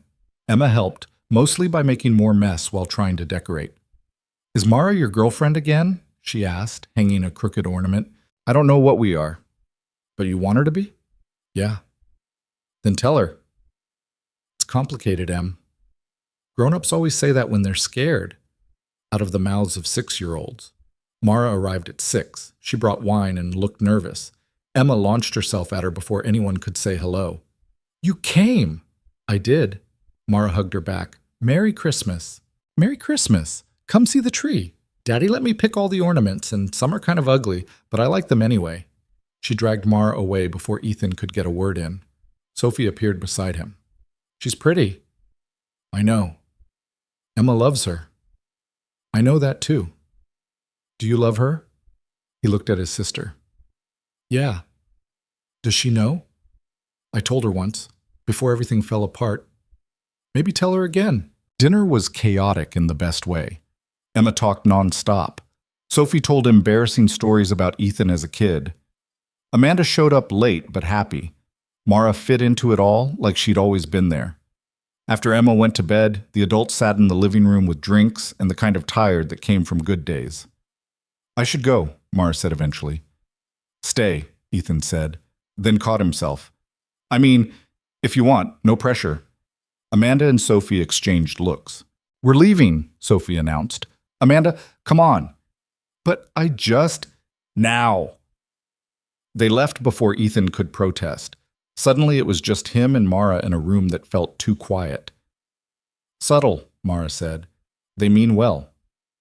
I know. She stood, started gathering her coat. Mara, wait. She turned. I need to say something, Ethan started, and I need you to just let me say it without interrupting. She nodded. I love you. I know I said it before, but I need you to hear it again. I love you. Not because you're fixing me or saving me or whatever, but because you're you. Because you see people, really see them. Because you care about things that matter. Because you make me want to be better, not by demanding it, but by existing. He took a breath. I know I hurt you. I know what my company did is unforgivable. I know I can't undo any of it, but I'm trying to make sure I never do it again, to anyone. And I'm asking, not for you to forget, not even for you to forgive, just for a chance to keep proving I'm different. Mara's eyes were wet. You done? She asked. Yeah. She walked over, stood close enough that he could see the gold flecks in her brown eyes. I love you too, she whispered. I hate that I do. I hate that it's complicated and messy and maybe impossible. But I do. Is there a but coming? No, not tonight. She kissed him. Soft at first, then deeper, like she'd been holding back for months and finally couldn't anymore. When they broke apart, Ethan rested his forehead against hers. Does this mean we're trying again? I think it means we never stopped. They spent the night on his couch, talking. Not talking, just being together in a way they hadn't been since everything broke. Around 2 a.m, Mara fell asleep against his shoulder. Ethan stayed awake, watching her breathe, terrified to move and break the moment. This was what he'd been missing, not the empire, not the success. This. Morning came too soon. Emma woke them by jumping on the couch. Christmas, presents, wake up! Mara laughed, groggy. I'm up. They opened presents. Emma got spoiled, as expected, but her favorite gift was from Mara, a set of real art supplies. Professional grade. So you can make your own masterpieces, Mara told her. Emma hugged her so hard they both almost fell over. Later, while Emma was distracted with her new tablet, Mara pulled Ethan aside. I have something to tell you. Her tone made him nervous. Okay. I've been thinking about the foundation, about everything we're building. And I want to expand it, not just art programs, full education support, mentorship, college prep, everything kids need to actually make it. That's a great idea. It'll cost more money, a lot more. I have money, she smiled. I know. But this feels bigger than just your money. We should fundraise, build partnerships, make it sustainable beyond you. You've been thinking about this. For weeks. I want to build something that lasts, that actually changes things. Ethan pulled her close. Then let's do it. They spent the rest of the holiday planning. Dreams poured out of Mara like she'd been holding them back for years. Centers in every borough, programs in schools that needed them most, teachers trained specifically for at-risk kids. "We could change thousands of lives," she said, eyes bright. "We will." January hit like a reset. New year, new plans, new version of them. They worked together every day, planning the foundation expansion, tracking reparations fund progress, building something that felt like it mattered. The chemistry between them was back, stronger than before. They'd fight about program details, then end up kissing in his office like teenagers. "This is unprofessional," Mara said once, breathless. "Completely," Ethan agreed, kissing her again. But it wasn't just physical. They talked about everything. His fears about being a good father, her fears about whether she was enough. Dreams, regrets, the messy middle parts that most people hid. "I want this to work," Mara said one night. They were at her apartment, tangled together on her couch. "Us. Not just the foundation. Us." "Me too. But I'm still scared sometimes that you'll wake up and realize I don't fit your world." "You don't fit my world. You fit my life. There's a difference." She smiled against his chest. "That's a good line." It's the truth. Things felt almost normal, almost perfect. Then February came. Daniel relapsed. Mara called Ethan at 2 a.m, voice shaking. "He's in the hospital, overdose. They don't know if he's going to make it." Ethan was dressed and out the door in 3 minutes. He found her in the waiting room, arms wrapped around herself, rocking slightly. "Hey," he sat beside her. "Any news?" "They're working on him, that's all they'll tell me." "He's going to be okay." "You don't know that." She was right. He didn't. They sat in silence, waiting. The hospital smell, antiseptic, and fear made everything feel worse. Around 4, a doctor came out. "He's stable. We got to him in time." Mara collapsed in relief. Ethan caught her. "Can I see him?" she asked. "Soon, he's sleeping. We'll let you know when he wakes up." After the doctor left, Mara turned to Ethan. "I can't keep doing this. Watching him almost die. Hoping he makes it. I can't. I know. He needs long-term care. Real treatment. Not just 90 days, something sustained. Then we'll find it." "Ethan, that kind of care costs. I don't care what it costs. We'll figure it out." She looked at him with so much pain in her eyes. "Why do you keep helping us? My family. We're not your responsibility." "Yes, you are." "Why?" "Because I love you. Because Daniel matters to you, so he matters to me. Because this is what you do for people you care about." She started crying, the exhausted kind that came from too much stress and too little sleep. Ethan held her while she broke down in that fluorescent-lit waiting room, and he made a silent promise that he'd do whatever it took to help her brother get better. Whatever it took. They found a facility in Connecticut. Long-term residential care, therapy, structure. It cost more than most people made in a year. Ethan paid without blinking. Daniel went willingly this time, scared but determined. "I'm sorry," he told Mara before he left, "for putting you through this again. Just get better, that's all I need." After Daniel was settled, Mara threw herself into work with an intensity that worried Ethan. "You need to rest," he said one night. She was in her office at 10 p.m., still planning programs. "I'm fine." "You're running yourself into the ground." "I said I'm fine." She wasn't, but he didn't push. A week later, everything came apart in a way he didn't see coming. They were in a meeting with potential donors, rich people who wanted to feel good about themselves by writing checks. Ethan had learned to play the game. One man, someone from Ethan's past business circles, made a comment. "This foundation work is great, Ethan, really noble. But when are you getting back to real business?" "This is real business." The man laughed. "You know what I mean. Deals, acquisitions, building the empire." "The empire's built. Now I'm trying to make sure it means something." "That's cute. But you can't run a company on feelings. Eventually you'll remember that profit matters more than purpose." Mara stood abruptly. "Excuse me." She left the room. Ethan found her in the hallway, pacing.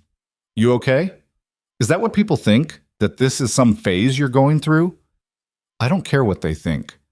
"But he's right, isn't he? Eventually the business side will win. You'll have to choose between profit and purpose. and I know which one wins. That's not, it is. I've seen it happen. My dad chose purpose and lost everything. You're a billionaire because you chose profit. That doesn't just change. I have changed. For now. But what about next year, 5 years from now? When this gets hard and expensive and the board is pushing back and you're tired of fighting? I won't stop fighting. You say that now. Mara, what is this really about? She stopped pacing, looked at him. I found something in the old acquisition files. His stomach dropped. What? A memo from 12 years ago about Mitchell Solutions. Your team recommended keeping the company intact, maintaining the staff. It would have been profitable. Not as profitable as gutting it, but still good. I don't remember. You overruled them, pushed for full liquidation. Your signature is on the memo, Ethan. You chose to destroy my father's company when you didn't have to. The words hit like bullets. I was 20 years old. You were old enough to know better. I was young and stupid and desperate to prove myself, and my father paid for it. My whole family paid for it. She was crying now, angry tears. I wanted to believe you'd changed, that you were different, but you made that choice knowing it would hurt people. You weren't some clueless kid. You knew. Mara, please. I can't do this. I thought I could. I thought love was enough. But every time I look at you, I see that memo. I see my father's face when he came home and told us he'd lost everything. I see my family falling apart. What are you saying? I'm saying I don't know if I can be with someone who did that. Even if you've changed, even if you're different now, the past is still there. Ethan felt the ground disappearing beneath him. So what? We just give up? I don't know. I need time. Real time, not coffee dates where we pretend everything's fine. How much time? I don't know. She walked away. He didn't follow, because what could he say? She was right. He had made that choice, young and arrogant and hungry for success.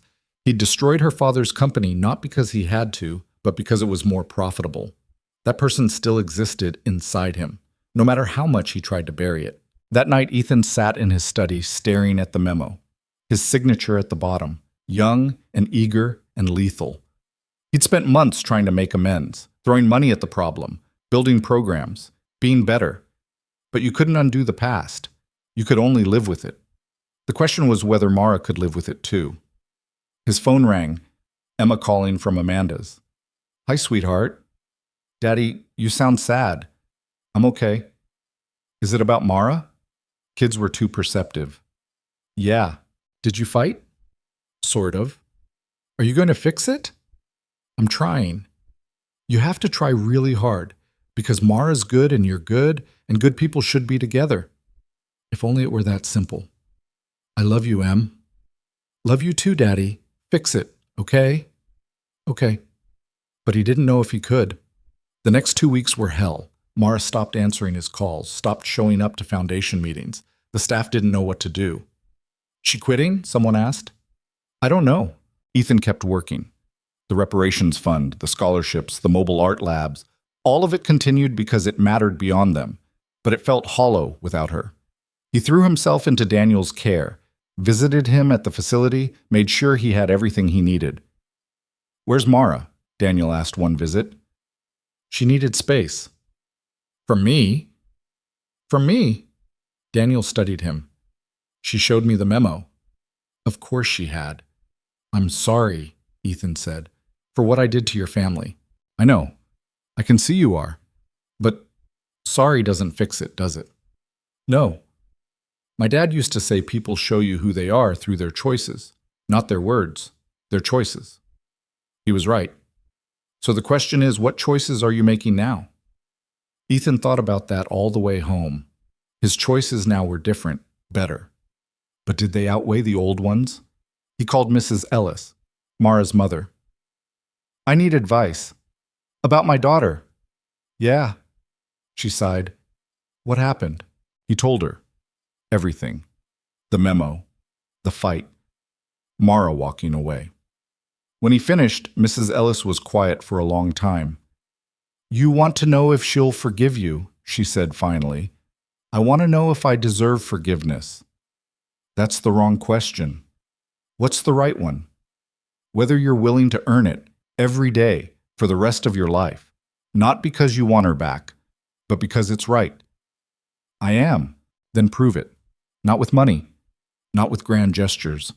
With the boring daily work of being better. How? You'll figure it out. But Ethan? Yeah? My daughter is strong, stronger than she knows. She's survived worse than this, so don't make the mistake of thinking she needs you. She doesn't, but she might want you, if you prove you're worth wanting. She hung up. Ethan sat with those words for a long time. Then he made a decision. He called an emergency board meeting. I'm stepping down as CEO, he announced. The room erupted. What? You can't? Are you insane? He waited for them to quiet. I'm staying on as chairman, but I'm hiring someone else to run day-to-day operations. Someone who believes in the new direction but knows how to balance it with business realities. Why? Someone asked. Because I'm not the right person to run this company anymore. I built it on aggression and ruthlessness. We need someone who can build it on purpose without destroying what works. This is about the girl. This is about being honest. I'm better at vision than execution now, so let me focus on that. It took 3 hours of arguing, but eventually they agreed. By March, Ethan had a new CEO in place, a woman who'd built 2 successful ethical companies and believed in profit with purpose. He shifted his focus entirely to the foundation, not because of Mara, because it was where he belonged. The work grew, more programs, more cities, more lives changed, and slowly, without him noticing, Ethan started to feel something he hadn't felt in years. Peace. Not happiness, not yet, but peace. Like maybe he was finally becoming someone he could respect. He still missed Mara, every day, every hour, but he didn't chase her, didn't beg, just kept doing the work and hoped that someday she'd see that he meant it. On a cold evening in late March, his phone buzzed, a text from Mara. Can we talk? His heart stopped. Yes. When? Tomorrow. Brooklyn Bridge Park, our bench, 7 p.m. I'll be there? He barely slept that night. Ethan arrived at the park 30 minutes early, sat on their bench watching joggers pass, and tried not to throw up from nerves. He'd rehearsed what to say, discarded it, rehearsed again. Nothing sounded right. At 7:03, Mara appeared. She looked thinner, tired, but still beautiful in that way that made his chest hurt. Hi, she said. Hi. She sat down. Not close, a careful distance between them. For a minute, neither spoke, just watched the Manhattan skyline catch the last of the daylight. I'm sorry, Mara said finally, for disappearing like that. You needed space. I get it. I needed to figure out if I could do this, be with you, knowing what I know. Ethan's hands were shaking. He shoved them in his pockets. And? He asked, even though he was terrified of the answer. I talked to my mom, about my dad, about you, about everything. What did she say? That holding on to anger was easier than letting it go, that my father would have hated seeing me stuck in the past. Mara looked at him.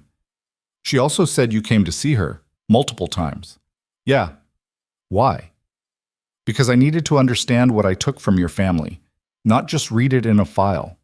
Actually understand. And do you? Understand?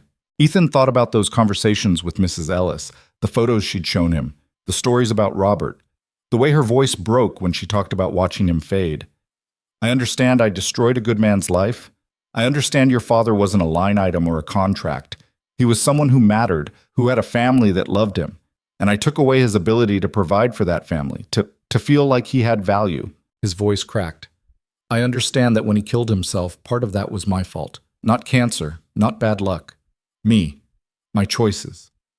Mara's eyes filled with tears. I spent 2 months hating you, she whispered. Really hating you. Waking up angry, going to bed angry, trying to convince myself you were just another rich asshole who didn't care about collateral damage. I was that person. Let me finish. She took a shaky breath. But then Daniel told me you'd been visiting him every week, not making a big deal about it, just showing up, talking to him, making sure he was okay. He's important to you. And my mom told me about the scholarship fund you created, the Robert Ellis Opportunity Fund, how you're giving people second chances the way my dad never got. It's the least I could do. And I heard about you stepping down as CEO, restructuring the whole company, fighting the board when they pushed back. She turned to face him fully. So I realized something. You can't undo what you did. Nothing will bring my father back or give him those 12 years he lost. But you're trying to make sure no one else's father loses everything because some kid in a boardroom decides profit matters more than people. I'm trying. I see that, finally. I really see it. Hope flickered in Ethan's chest. Dangerous hope. Does that mean you forgive me? Mara was quiet for a long time. I don't know if forgiveness is the right word. I'm not there yet. Maybe I never will be. But I think I'm at acceptance. Acceptance? That you were someone who did terrible things, and now you're someone trying to do better. And maybe those are both true. Maybe you're both people at once. I can live with that. Can you? Because it means I'm going to have hard days. Days where I look at you and all I see is that memo. Days where I can't separate past you from present you. Days where I'm angry and it's not fair, but it's real. I'll take the hard days, Ethan said. All of them. As long as there are good days, too. There will be, I think. I hope. She wiped her eyes. I missed you. I missed you, too. Did you really step down from running Vale? Yeah, hired someone better suited for it. I'm focusing on the foundation full-time now. That's a big change. Felt right. I was never good at the day-to-day business stuff, too impatient, too impulsive. But the foundation work? That feels like what I should have been doing all along. Mara smiled, small but genuine. My dad would have liked that. The irony of it, you taking his company and using the money to help people like him. You think? Yeah. He believed in second chances. Even when the world didn't give him one. They sat in silence, the good kind this time. So where does this leave us? Ethan asked. I don't know. Can we start over? Not like nothing happened, but like we know what happened and we're choosing to try anyway? I'd like that. She reached for his hand. He took it. Her fingers were cold. I have conditions, she said. Okay. No more secrets. If there's other stuff in your past that could blow up between us, I need to know now. Not 6 months from now when I'm in too deep. Fair. There's nothing else like that. Some questionable business deals, companies I probably shouldn't have acquired, but nothing involving your family or anyone you know. And if something comes up, someone from your past who got hurt, I tell you immediately. Promise? Promise. Second condition. We go slow. I know we've already done the fast version, but I need slow now. I need to rebuild trust piece by piece. Whatever you need. Third condition. You keep doing the work, the foundation, the reparations fund, not because it wins me back, but because it's right. I will. I am. She squeezed his hand. Okay. Okay? Okay, let's try this, for real this time. Ethan pulled her close. She let him, rested her head on his shoulder while the city lights started flickering on across the water. I love you, he said. I know I keep saying it, but I need you to know. I love you too, even when I didn't want to, even when I tried not to. That's enough. They stayed there until it got too cold to sit still. Then they walked through Brooklyn holding hands like they were learning each other all over again. At her door, Mara hesitated. Do you want to come up? Do you want me to? Yeah, but just to talk. I'm not ready for more yet. Talking's good. I like talking to you. Her apartment looked the same, canvases everywhere, paint-stained floors, the smell of turpentine and coffee. She made tea. They sat on her floor like they used to. Tell me about the foundation, she said. Everything I missed. So he did. The expansion plans.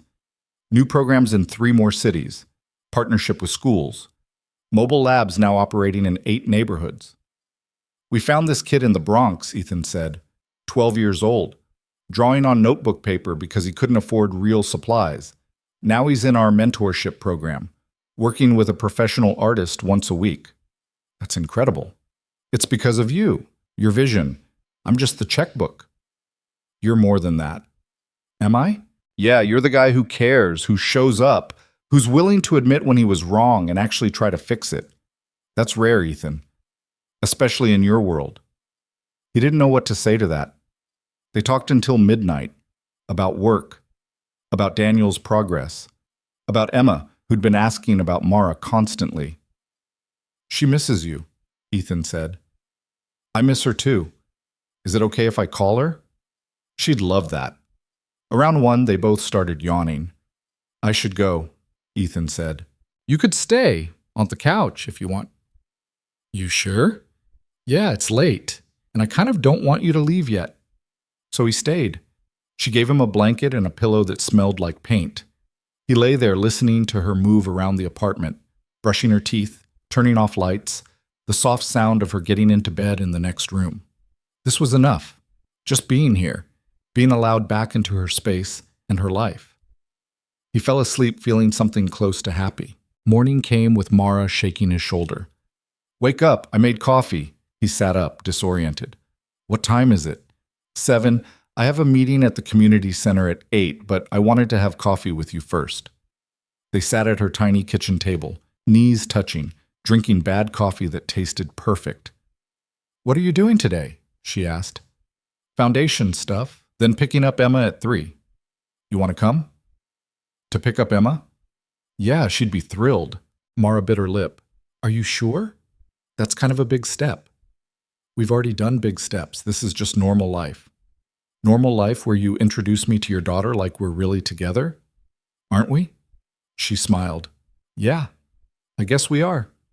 So that afternoon, Ethan picked up Mara and they went to get Emma from school together. Emma saw them and screamed, literally screamed, and came running. Mara, you're back! I'm back, Mara laughed, catching her in a hug. Are you and Daddy together again? We're working on it. Does that mean you'll come to my ballet recital next week? Mara glanced at Ethan. He nodded. I'd love to, she told Emma. They got ice cream, went to the park. Emma talked nonstop about school and friends and the new hamster who was way more work than she'd expected. He poops so much, she said seriously, like all the time. Mara tried not to laugh. Failed. Watching them together, Ethan felt something settle in his chest. This was what he wanted. Not the empire, not the success. This. Family, connection. People who mattered. Later, after they dropped Emma at Amanda's, Mara turned to him. Your daughter is incredible. She is. And she really loves you. You know that, right? I'm working on being someone who deserves it. You already are. You're just figuring that out. She kissed him, quick and sweet. I should get home, work early tomorrow. Okay. When can I see you again? You're already seeing too much of me. Impossible, she smiled. Tomorrow night? Dinner? I'll cook. You cook? Badly, but I'll try. Even better. The next few weeks fell into a rhythm. Work during the day, dinner together most nights. Weekends with Emma, who'd fully adopted Mara as part of their lives. It wasn't perfect. Some days were hard. Mara would get quiet and distant, lost in memories. Ethan would see the pain in her eyes and know she was thinking about her father. Talk to me, he'd say. Sometimes she would. Sometimes she needed space. He learned to tell the difference. April brought new challenges. The foundation board wanted to scale back again. Budget concerns, sustainability questions. We can't keep operating at a loss, someone argued. We're not operating at a loss, Ethan countered. We're investing in futures. That has value even if it doesn't show up on a spreadsheet. Poetic. But the numbers don't lie. Mara spoke up. What if we start generating revenue? Art sales from student work, fundraising events, grant applications. We don't have to be purely donation-based. That could work, someone admitted. They spent the next month building out the revenue plan. Student art auctions, gallery partnerships, corporate sponsorships from companies that actually cared about impact. It worked. By May, they were trending towards sustainability. You're brilliant, Ethan told Mara one night. I'm practical. There's a difference. Same thing in my book. She laughed. Your book must be very short. Things felt good, really good. Ethan started believing they might actually make it. Then Daniel called. I'm thinking about leaving the facility. Ethan's stomach dropped. Why? I've been here 4 months. I'm doing better. Thought maybe it was time to try the real world again. Does Mara know? Not yet. Wanted to talk to you first, see what you thought. Honest answer? Ethan thought it was too soon. Daniel was doing better, but he was still fragile. The real world had triggers everywhere. "What does your therapist say?" he asked. "That I should stay another 2 months, but I feel ready now." "Then stay 2 months. If you still feel ready after that, we'll figure out next steps together." Silence. Then, "You sound like my dad." "Is that good or bad?" "Good, I think. He was always the careful one, wanted me to think things through instead of acting on impulse." "Smart man." "Yeah, he was." After they hung up, Ethan sat with the weight of that conversation. Being a role model for Daniel felt important. It also felt terrifying. What if he gave the wrong advice? What if Daniel relapsed because of something Ethan said or didn't say? He called Mara. "Daniel wants to leave the facility." He heard her sharp intake of breath. "When?" "Now. I told him to wait 2 months, talk to his therapist, make sure he's actually ready." "Thank you for saying that, for being the rational one when I can't be." "You can be rational. Not when it comes to my brother. I either baby him or push him away. Nothing in between." "That's not true." "It is. But you're good at the middle ground, the measured response. It helps." They talked for an hour about Daniel, about recovery, about the fear that one wrong step could undo all the progress. "We can't control it," Ethan said finally. "We can support him and help him and be there. But his recovery is his." "I hate that." "I know. I want to fix it." "You can't. None of us can. We just have to trust he's strong enough to do it himself." She was quiet. Then, "When did you get so wise?" "I'm not wise. I'm just scared of losing you again. So I'm trying really hard not to mess up." "You're doing okay so far." "Just okay?" "Better than okay. But your ego's big enough already." He laughed. Actually laughed. When was the last time he'd done that without forcing it? "I love you," he said. "I love you too. Even though you're annoying. Especially because I'm annoying. Don't push it." By June, they'd fallen into something that felt like normal. Dinner together most nights, working side by side at the foundation. Weekend trips with Emma to museums and parks, and places that made her happy. One Saturday, they took Emma to Coney Island. She dragged them onto every ride, ate her weight in cotton candy, and threw up on the boardwalk after the cyclone. "I told you that last hot dog was a bad idea," Mara said, rubbing Emma's back while she recovered. "I'm okay," Emma insisted weakly. "You're green." "I'm fine." She threw up again. Ethan couldn't stop laughing. Not at Emma, at the absurdity of it all. 6 months ago, he'd been sitting in an empty penthouse wondering if he'd ever feel alive. Now he was on Coney Island holding his daughter's hair back, while the woman he loved tried not to laugh.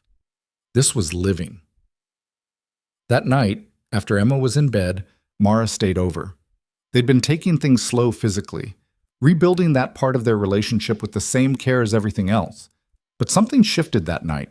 They were on his couch watching a movie neither was paying attention to, her head on his shoulder, his arm around her. "Ethan? Yeah?" "I'm ready." He knew what she meant. "You sure?" "Yeah, I've been sure for a while, just needed to get out of my own head." He kissed her, slow and careful. She kissed back. Not careful at all. They made it to his bedroom, and for the first time in months, everything felt right. Not perfect. Right. Like they'd finally found their way back to each other. After lying tangled together in the dark, Mara said, "I forgive you." Ethan went still. "What?" "I forgive you for what you did, for my father, all of it. I forgive you." His throat went tight. "You don't have to." "I'm not saying it because I have to. I'm saying it because I want to, because holding on to anger was killing me, and because you've proven you're not that person anymore." Tears burned behind his eyes. "Thank you. Don't thank me. Just keep being who you are now. Keep trying. Keep caring. That's all I need." He held her tighter. "I will. I promise." She fell asleep in his arms. Ethan stayed awake for a long time, feeling the weight of her forgiveness settle over him like a blanket. He'd spent months trying to earn it, prove he deserved it. And now that he had it, he understood something crucial. Forgiveness wasn't the end. It was the beginning. Now came the real work, living up to it every single day. July brought a heat wave that made the city feel like a furnace. Ethan and Mara spent most of it in his air-conditioned apartment planning the foundation's expansion. They'd secured funding to open a full arts education center. Not just mobile labs, an actual building where kids could come after school, take classes, work with mentors, dream bigger than their circumstances allowed. Where should we put it? Mara asked, studying a map of Brooklyn. Somewhere that needs it most. That's everywhere. Then we pick somewhere and build more as we can. They chose a neighborhood in Brownsville, high poverty, few resources, kids who deserved better than what they were getting. Finding a building took weeks, negotiating the lease took longer. But by August, they had a space, an old warehouse that needed serious work. But it had good bones, high ceilings, natural light, potential. We can make this beautiful, Mara said, walking through the empty space. We can make this matter, Ethan corrected. That too. They spent the next 2 months renovating. Ethan threw money at it. Mara threw her vision. Together, they created something neither could have done alone. Art studios, music rooms, a small theater for performances, computer labs, quiet spaces for homework help. When it was done, they stood in the main room and just stared. It's real, Mara whispered. It's real. We actually did this. We did. She turned to him, eyes shining. Thank you for believing in this. In me. I should be thanking you. You're the one who showed me what actually matters. We showed each other. The center opened in September. They called it the Ellis Center for Arts and Education, named for Mara's father. Her mother came to the opening, cried the whole time. Robert would have loved this, she told Ethan. I hope so. I know so. He always said the world needed more places where kids could discover who they were. This is that place. Daniel came too. 6 months sober, working as a barista and taking online classes. Fragile, but fighting. This is incredible, sis, he told Mara. We did it for Dad. He'd be proud of you. I'm proud of you. They hugged, both crying. Ethan gave them space. Emma was there, of course, running around the art studios, touching everything. Can I come here after school? She asked. Anytime you want, Mara told her, even if I'm bad at art. Especially then. That's when you need it most. That first week, they had 30 kids sign up. By October, they had a waiting list. The programs worked. Kids thrived. Parents got involved. The community started believing. One afternoon, a mother pulled Ethan aside. My son says this is the only place he feels like himself, like he matters. Thank you for that. Thank Mara. This was her vision. I'm thanking both of you. That night, Ethan found Mara in one of the art studios. A teenager was working on a massive canvas. Mara was watching, not directing, just present. You're good at this, Ethan said. At what? Being what these kids need. I'm just showing up. That's more than most people do. The teenager looked up. Miss Mara, is this guy your boyfriend? Mara smiled. Yeah, he is. He's old. Ethan laughed. Thanks, kid. But he seems cool for an old guy. I'll take it, Ethan said. Walking home that night, Mara slipped her hand into his. I'm happy, she said. Like, actually happy. Not just okay. Not just surviving. Happy. Me too. Even though your company tanked after you stepped down? The stock price had dropped 30%. Shareholders were furious. The business press called him irresponsible. I don't care about the stock price, Ethan said. I care about this. Us. The center. Things that actually matter. You've changed so much. You changed me. No, you changed you. I just gave you a reason to want to. They walked in comfortable silence, the city humming around them, alive and messy and beautiful. At her door, Ethan said, Move in with me. Mara stopped. What? Move in. My place is bigger. We're together all the time anyway, and I want to wake up with you every morning instead of just some mornings. That's a big step. I know, but I'm ready. Are you? She thought about it. Yeah, I think I am. Yeah? Yeah. Let's do it. They kissed on her stoop like teenagers. Neighbors walked past. Traffic kept moving. The world kept spinning. And for the first time in his life, Ethan felt like he was exactly where he was supposed to be. Mara moved in on a Saturday in October. She didn't have much. Clothes that fit in 3 suitcases. Books stacked in boxes. Her canvases, which took up more space than everything else combined. Where do you want these? the movers asked, gesturing to a painting of abstract blues and grays. Everywhere, Ethan said. I want her work everywhere. By evening, his sterile penthouse looked lived in. Paint-stained drop cloths in the spare bedroom she'd claimed as a studio, her coffee mugs in the kitchen, her presence in every corner. Emma came over for dinner and lost her mind with excitement. You live here now? Like, all the time? All the time, Mara confirmed. Does that mean you're going to marry my dad? Emma, Ethan warned. What? I'm just asking, Mara laughed. How about we start with living together and see how it goes? Fine, but I'm telling everyone at school you're basically my stepmom. I'm okay with that, Mara said softly. After Emma went to bed, they sat on the balcony overlooking the city. The skyline glittered like scattered diamonds. This is surreal, Mara said. 6 months ago, I couldn't look at you without wanting to scream. Now I'm living in your apartment and co-parenting your daughter. Having regrets? Not regrets, just disbelief that we actually made it here. Ethan pulled her closer. We almost didn't. But we did. That counts for something. Everything. November brought challenges neither expected. The Ellis Center was thriving, but success came with growing pains. More kids meant more staff. More programs meant higher costs.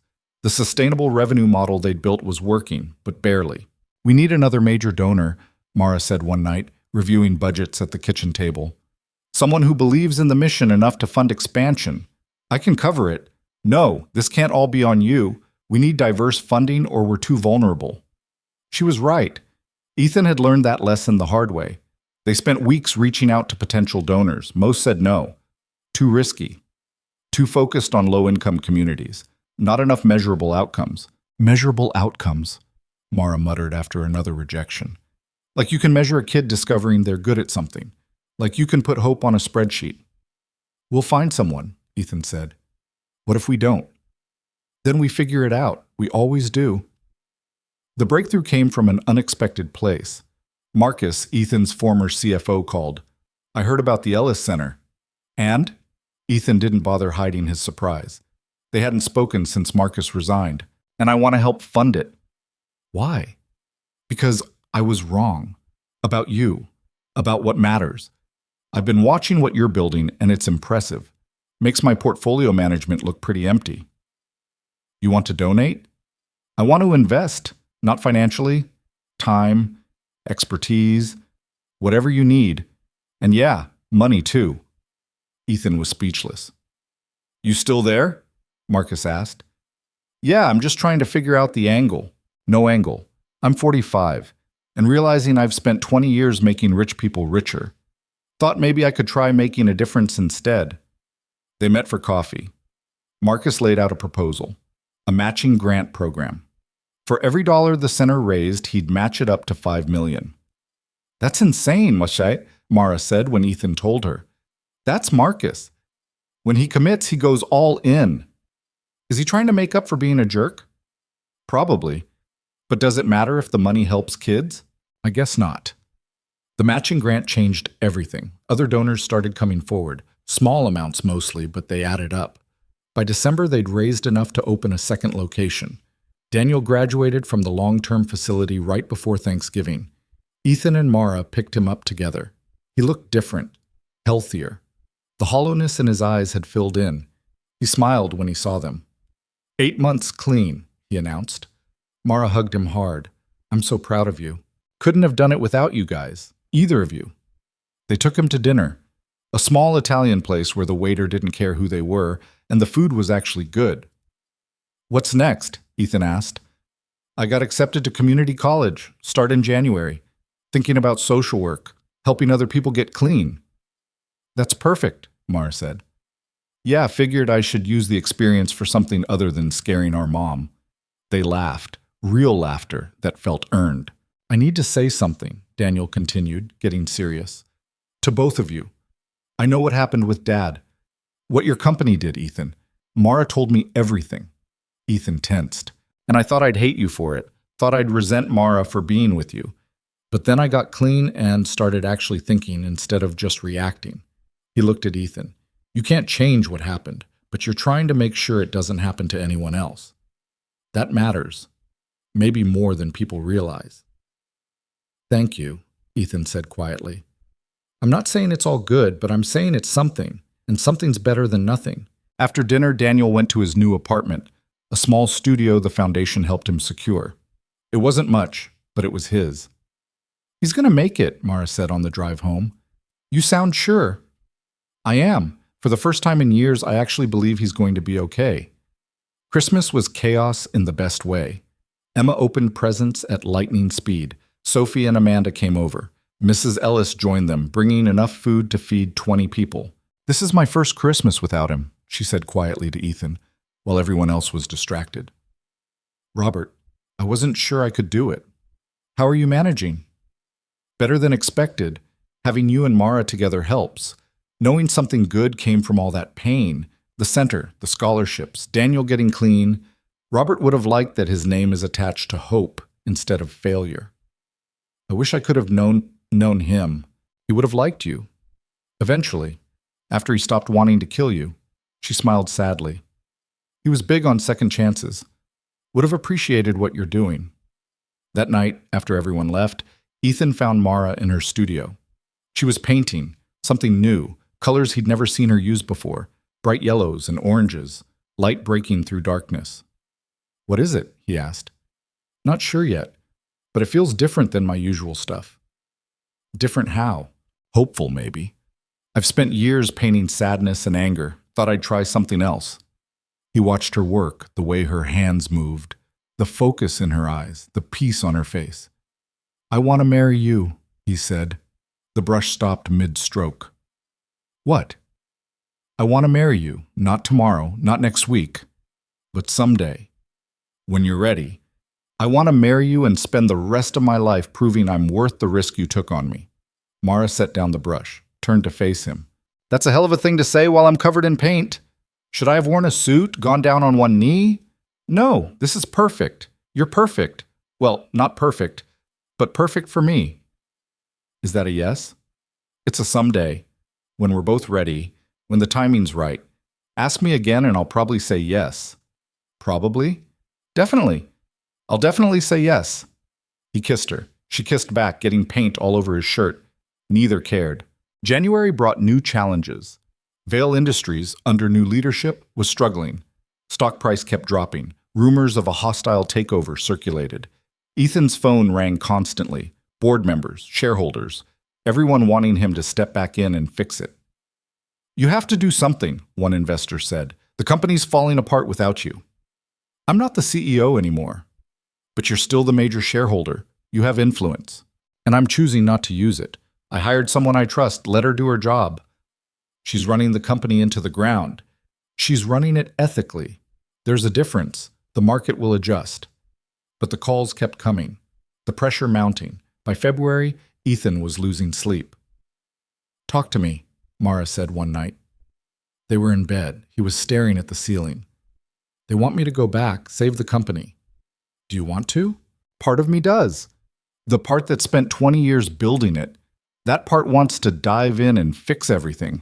And the other part knows I'd just fall back into old patterns. Profit over people. Winning at any cost.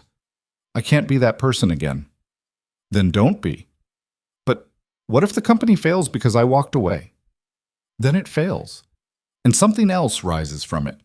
But you don't go back to being someone you hate just to save a stock price. She was right. He knew she was right. The next morning, he called an emergency board meeting. I'm selling my shares, he announced. The room erupted. You can't. This is insane. Think about what you're doing. He waited for silence. I'm selling my controlling interest to the current CEO and her team at a discount. They believe in the ethical direction. They should own it. You'll lose billions. I'll still have billions, just fewer of them, and I'll sleep better. This is about the girl. Her name is Mara. And yes, she helped me realize what matters. But this is my choice. I'm tired of building empires. I want to build things that last. Marcus spoke up. I'll buy some of those shares. Back the new direction. Others followed. By the end of the meeting, Ethan had divested enough to no longer control the company. Walking out, he felt lighter than he had in years.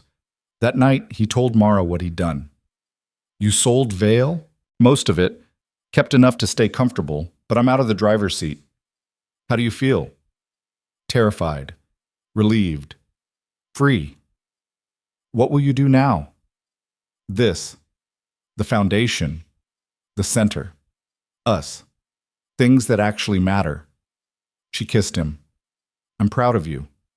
For giving up billions? For choosing what makes you happy over what makes you rich. March brought spring and expansion. The Ellis Center opened 2 more locations, Brooklyn, Queens, Harlem next. Every opening felt like a celebration. Kids pouring in, parents grateful, communities transforming. One afternoon at the Harlem location, a mother approached Ethan. My daughter's been coming here for 2 months. She's a different kid, smiling again, dreaming again. Thank you. Thank Mara. This is her vision. I'm thanking both of you. You could have spent your money on anything. You chose our kids. That matters. Stories like that kept coming. Teachers reporting better attendance. Parents seeing hope return. Kids discovering talents they didn't know they had. The foundation grew beyond arts education. Tutoring programs, college prep, mental health resources. Everything kids needed to thrive. Daniel started volunteering, leading groups for teens in recovery. Sharing his story, giving back. It helps, he told Mara one day. Talking about it. Helping others who are where I was. You're good at it. I had good examples. You, Ethan, people who didn't give up on me even when I gave up on myself. Emma turned 7 in April. They threw a party at the Ellis Center. 20 kids from her class came. They painted, made music, performed a terrible play Emma had written about a princess who saved herself. Did you see? Emma asked afterward. I was the princess and the hero. You were perfect, Mara told her. When are you going to marry my dad? I want to be a flower girl. Ethan choked on his drink. Soon, probably, Mara said, grinning at his expression. If he ever actually asks properly. I'm waiting for the right moment. There's no such thing as the right moment. There's just moments. You either take them or you don't. That night, after Emma was asleep at Amanda's and they were home alone, Ethan pulled out a ring he'd been carrying for weeks. I was going to plan something elaborate, he said. Take you somewhere fancy, make a big production. But you're right. There's no perfect moment. Just this one. Right here. You and me and everything we've built together. He got down on one knee.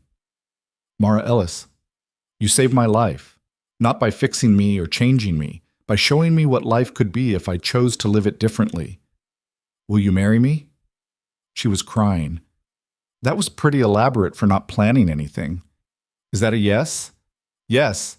Obviously yes. He slipped the ring on her finger. She pulled him up and kissed him hard enough to make them both dizzy. Emma's going to lose her mind, Mara said. She's been planning this wedding since we met. Smart kid. They got married in June. Small ceremony at the Ellis Center, close friends, family, the kids from the programs who absolutely refused to miss it. Emma was the flower girl. She took the job very seriously, practicing her walk for weeks. Daniel walked Mara down the aisle. She'd asked him to. He cried the entire way. Mrs. Ellis sat in the front row wearing a smile that looked like peace. Sophie and Amanda sat together, both tearing up. Marcus was there, looking uncomfortable in a suit. The ceremony was simple. They wrote their own vows. Ethan went first. I spent 20 years building an empire on other people's pain. You showed me how to build a life on purpose instead. I can't promise I won't mess up, but I promise I'll keep trying every day to be the man you deserve, the father Emma needs, the person I want to be. I love you. More than I knew it was possible to love someone. Mara's turn. You destroyed my family. That's a fact we can't change. But you also put it back together in ways I never expected. You gave my brother a second chance, my mother peace, me, a reason to believe in redemption. I love you not despite your past, but because of what you chose to do with it. You're not perfect, neither am I, but we're perfect together, and that's enough. They kissed while everyone cheered. The reception was chaos. Kids running everywhere, adults trying to keep up, music too loud, food too good. Emma gave a toast that was mostly her explaining why she'd always known they'd end up together. I told Daddy to marry her the first day I met her, she announced proudly, because she was nice and she made him smile, and now they're married and I'm basically always right. Everyone laughed. Later, dancing with Mara, Ethan looked around the room. at the center they'd built, the people they'd helped, the family they'd become. Happy? Mara asked. Completely. Even though you're not a billionaire CEO anymore? Especially because of that. She rested her head on his shoulder. We did good, didn't we? We did better than good. We did right. The months after the wedding blurred together in the best way. Work at the foundation, nights at home, weekends with Emma, building a life that felt full instead of empty. The Ellis Center expanded to 6 locations by September. Thousands of kids served, hundreds of success stories. One kid got a full scholarship to art school. Another started a gallery featuring work from the programs. A third became a teacher, coming back to help the next generation. This is what legacy looks like, Mara said one day, watching kids fill the studios. Your father's legacy. Ours, mine, yours, his, all of it together. Vail Industries stabilized under new leadership. The ethical approach worked, slower growth but sustainable. The stock price recovered. Ethan's reduced shares were still worth more than most people made in 10 lifetimes. But he barely paid attention to the numbers anymore. Daniel finished his first year of community college with a 3.88 GPA. Started working toward a degree in social work. I'm going to help people like me, he said. Kids who think they're too broken to fix. Show them they're not broken, just hurt. And hurt can heal. Emma thrived. 2nd grade, new friends, still drawing constantly. Still sure she'd be an artist when she grew up. Or a doctor, she said one night. Or maybe both. Can you be both? You can be anything you want, Mara told her. Even president? Especially president, though I'm not sure why you'd want that job. To help people, like you and Daddy. Ethan's chest tightened. This kid. This incredible, compassionate kid. You're already helping people, he said. Just by being you. In November, Mara got pregnant. She told him on a random Tuesday. They were making dinner. She just blurted it out. I'm pregnant. Ethan dropped the spatula. What? Pregnant. With a baby. Our baby. Are you serious? Would I joke about this? He kissed her, spun her around, nearly knocked over the stove. We're having a baby. We're having a baby, she confirmed. Emma was thrilled, started planning the nursery immediately. Can we paint it yellow, with clouds, and put art supplies in there so the baby can paint too? The baby's going to be tiny, Mara said. No painting for a while. But when they're ready, they'll need supplies. You're absolutely right, Mrs. Ellis cried when they told her. Happy tears. Robert would have loved this. A grandchild. New life from all that pain. Daniel bought baby books and read them cover to cover.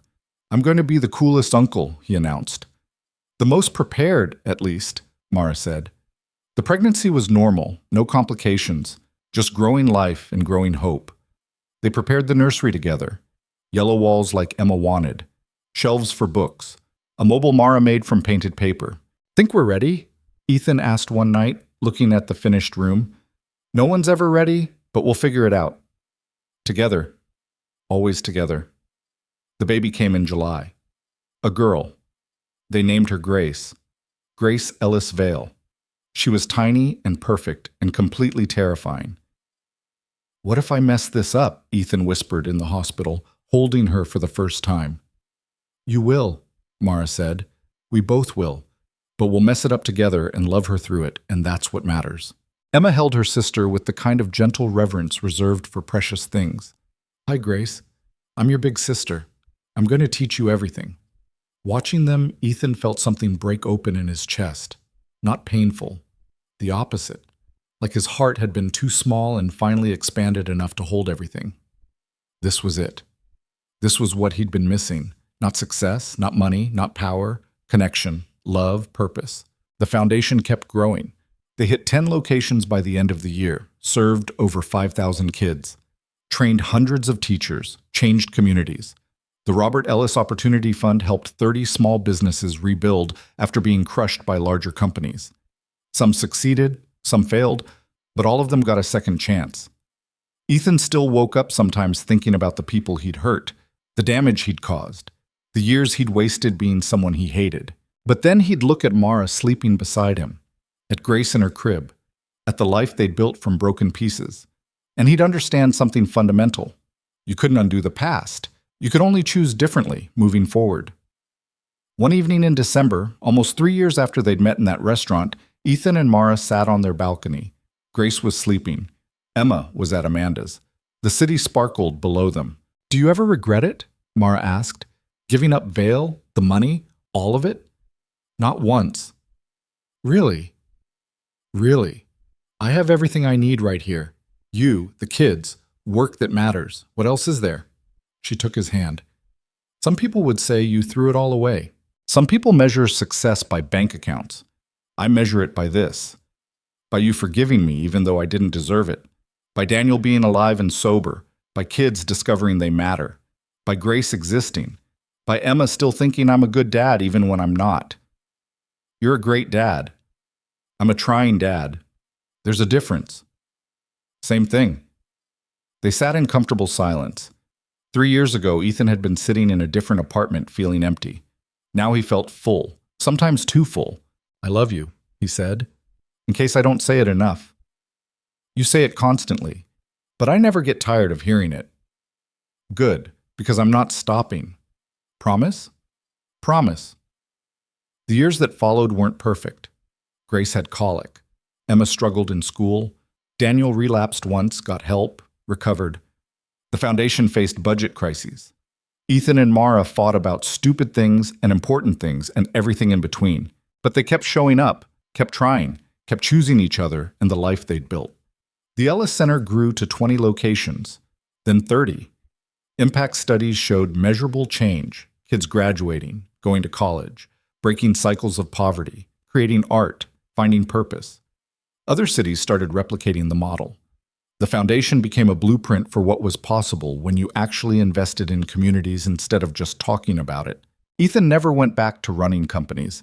He sat on a few boards, advised some startups, but mostly he focused on the foundation and being present for his family. Emma grew into a fierce, creative teenager who wanted to change the world through art. Grace became a quiet, thoughtful kid who loved books and asked impossible questions. Daniel became a licensed social worker, opened his own practice, helped hundreds of people find their way out of addiction.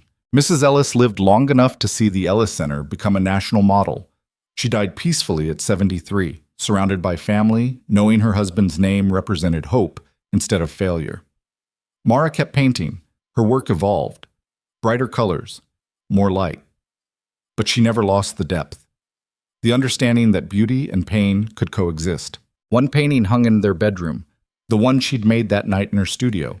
Yellows and oranges breaking through darkness, hope emerging from grief. "That's us," Ethan said once, looking at it. "That's everyone," Mara corrected. "Anyone who's ever had to find light after the dark." "Does it get easier, the finding?" "No, but you get better at knowing where to look. On their 10th anniversary, they went back to Brooklyn Bridge Park, their bench, where they'd walked away from each other and somehow found their way back. "Think we'll make it another 10 years?" Mara asked. "At least. Maybe more if you keep putting up with me. You're less insufferable than you used to be." High praise. She leaned against him. "We did it, didn't we? Built something real from something broken." "We did. Your old business partners probably think you're crazy. Let them think it. I'd rather be crazy and happy than sane and empty." "You're still a billionaire, though. Can't be that crazy." "Millionaire. I gave away most of it." "Same difference to normal people." He laughed. "Fair point." They watched boats pass on the river. The same view as always, but different because they were different. "Can I tell you something?" Ethan said. "Always. That night we met, when you were working at that restaurant, I almost didn't tip you, almost just paid the bill and left like I did everywhere else. What changed your mind?" "Your eyes. They looked sad, but not defeated, like you'd been through hell but refused to stay there. It made me wonder what that felt like, to fight instead of giving up. And now you know." "Now I know." Mara turned to look at him. "You saved my life too, you know, not just me saving yours." "How?" "I destroyed your family." "Boy!" "And then you gave me a reason to rebuild. Gave Daniel a reason to stay alive. Gave my mom peace before she died. gave me work that matters, and a family I love, and a life I didn't think was possible after we lost Dad. We saved each other. Yeah, we did. They stayed until the sun set, until the city lights took over, until they were the only ones left in the park. Then they went home. To their kids. To their life. To the beautiful, messy, imperfect thing they'd built together. Because that's what redemption looked like. Not perfection, not erasing the past, just choosing, every single day, to be better than you were. To build instead of destroy. To love instead of fear. To hope instead of hide. And sometimes, if you were lucky, to find someone willing to build and love and hope right alongside you. Even when it was hard. Especially when it was hard. Ethan had spent 20 years learning the wrong lessons. How to win, how to take, how to profit from other people's pain. But Mara taught him something different. Something harder, but infinitely more valuable. How to give. How to heal. How to turn pain into purpose. And in the end, that made all the difference. Not because it erased what he'd done. Nothing could do that. But because it gave meaning to what came after. And meaning, it turned out, was worth more than all the billions he'd ever made.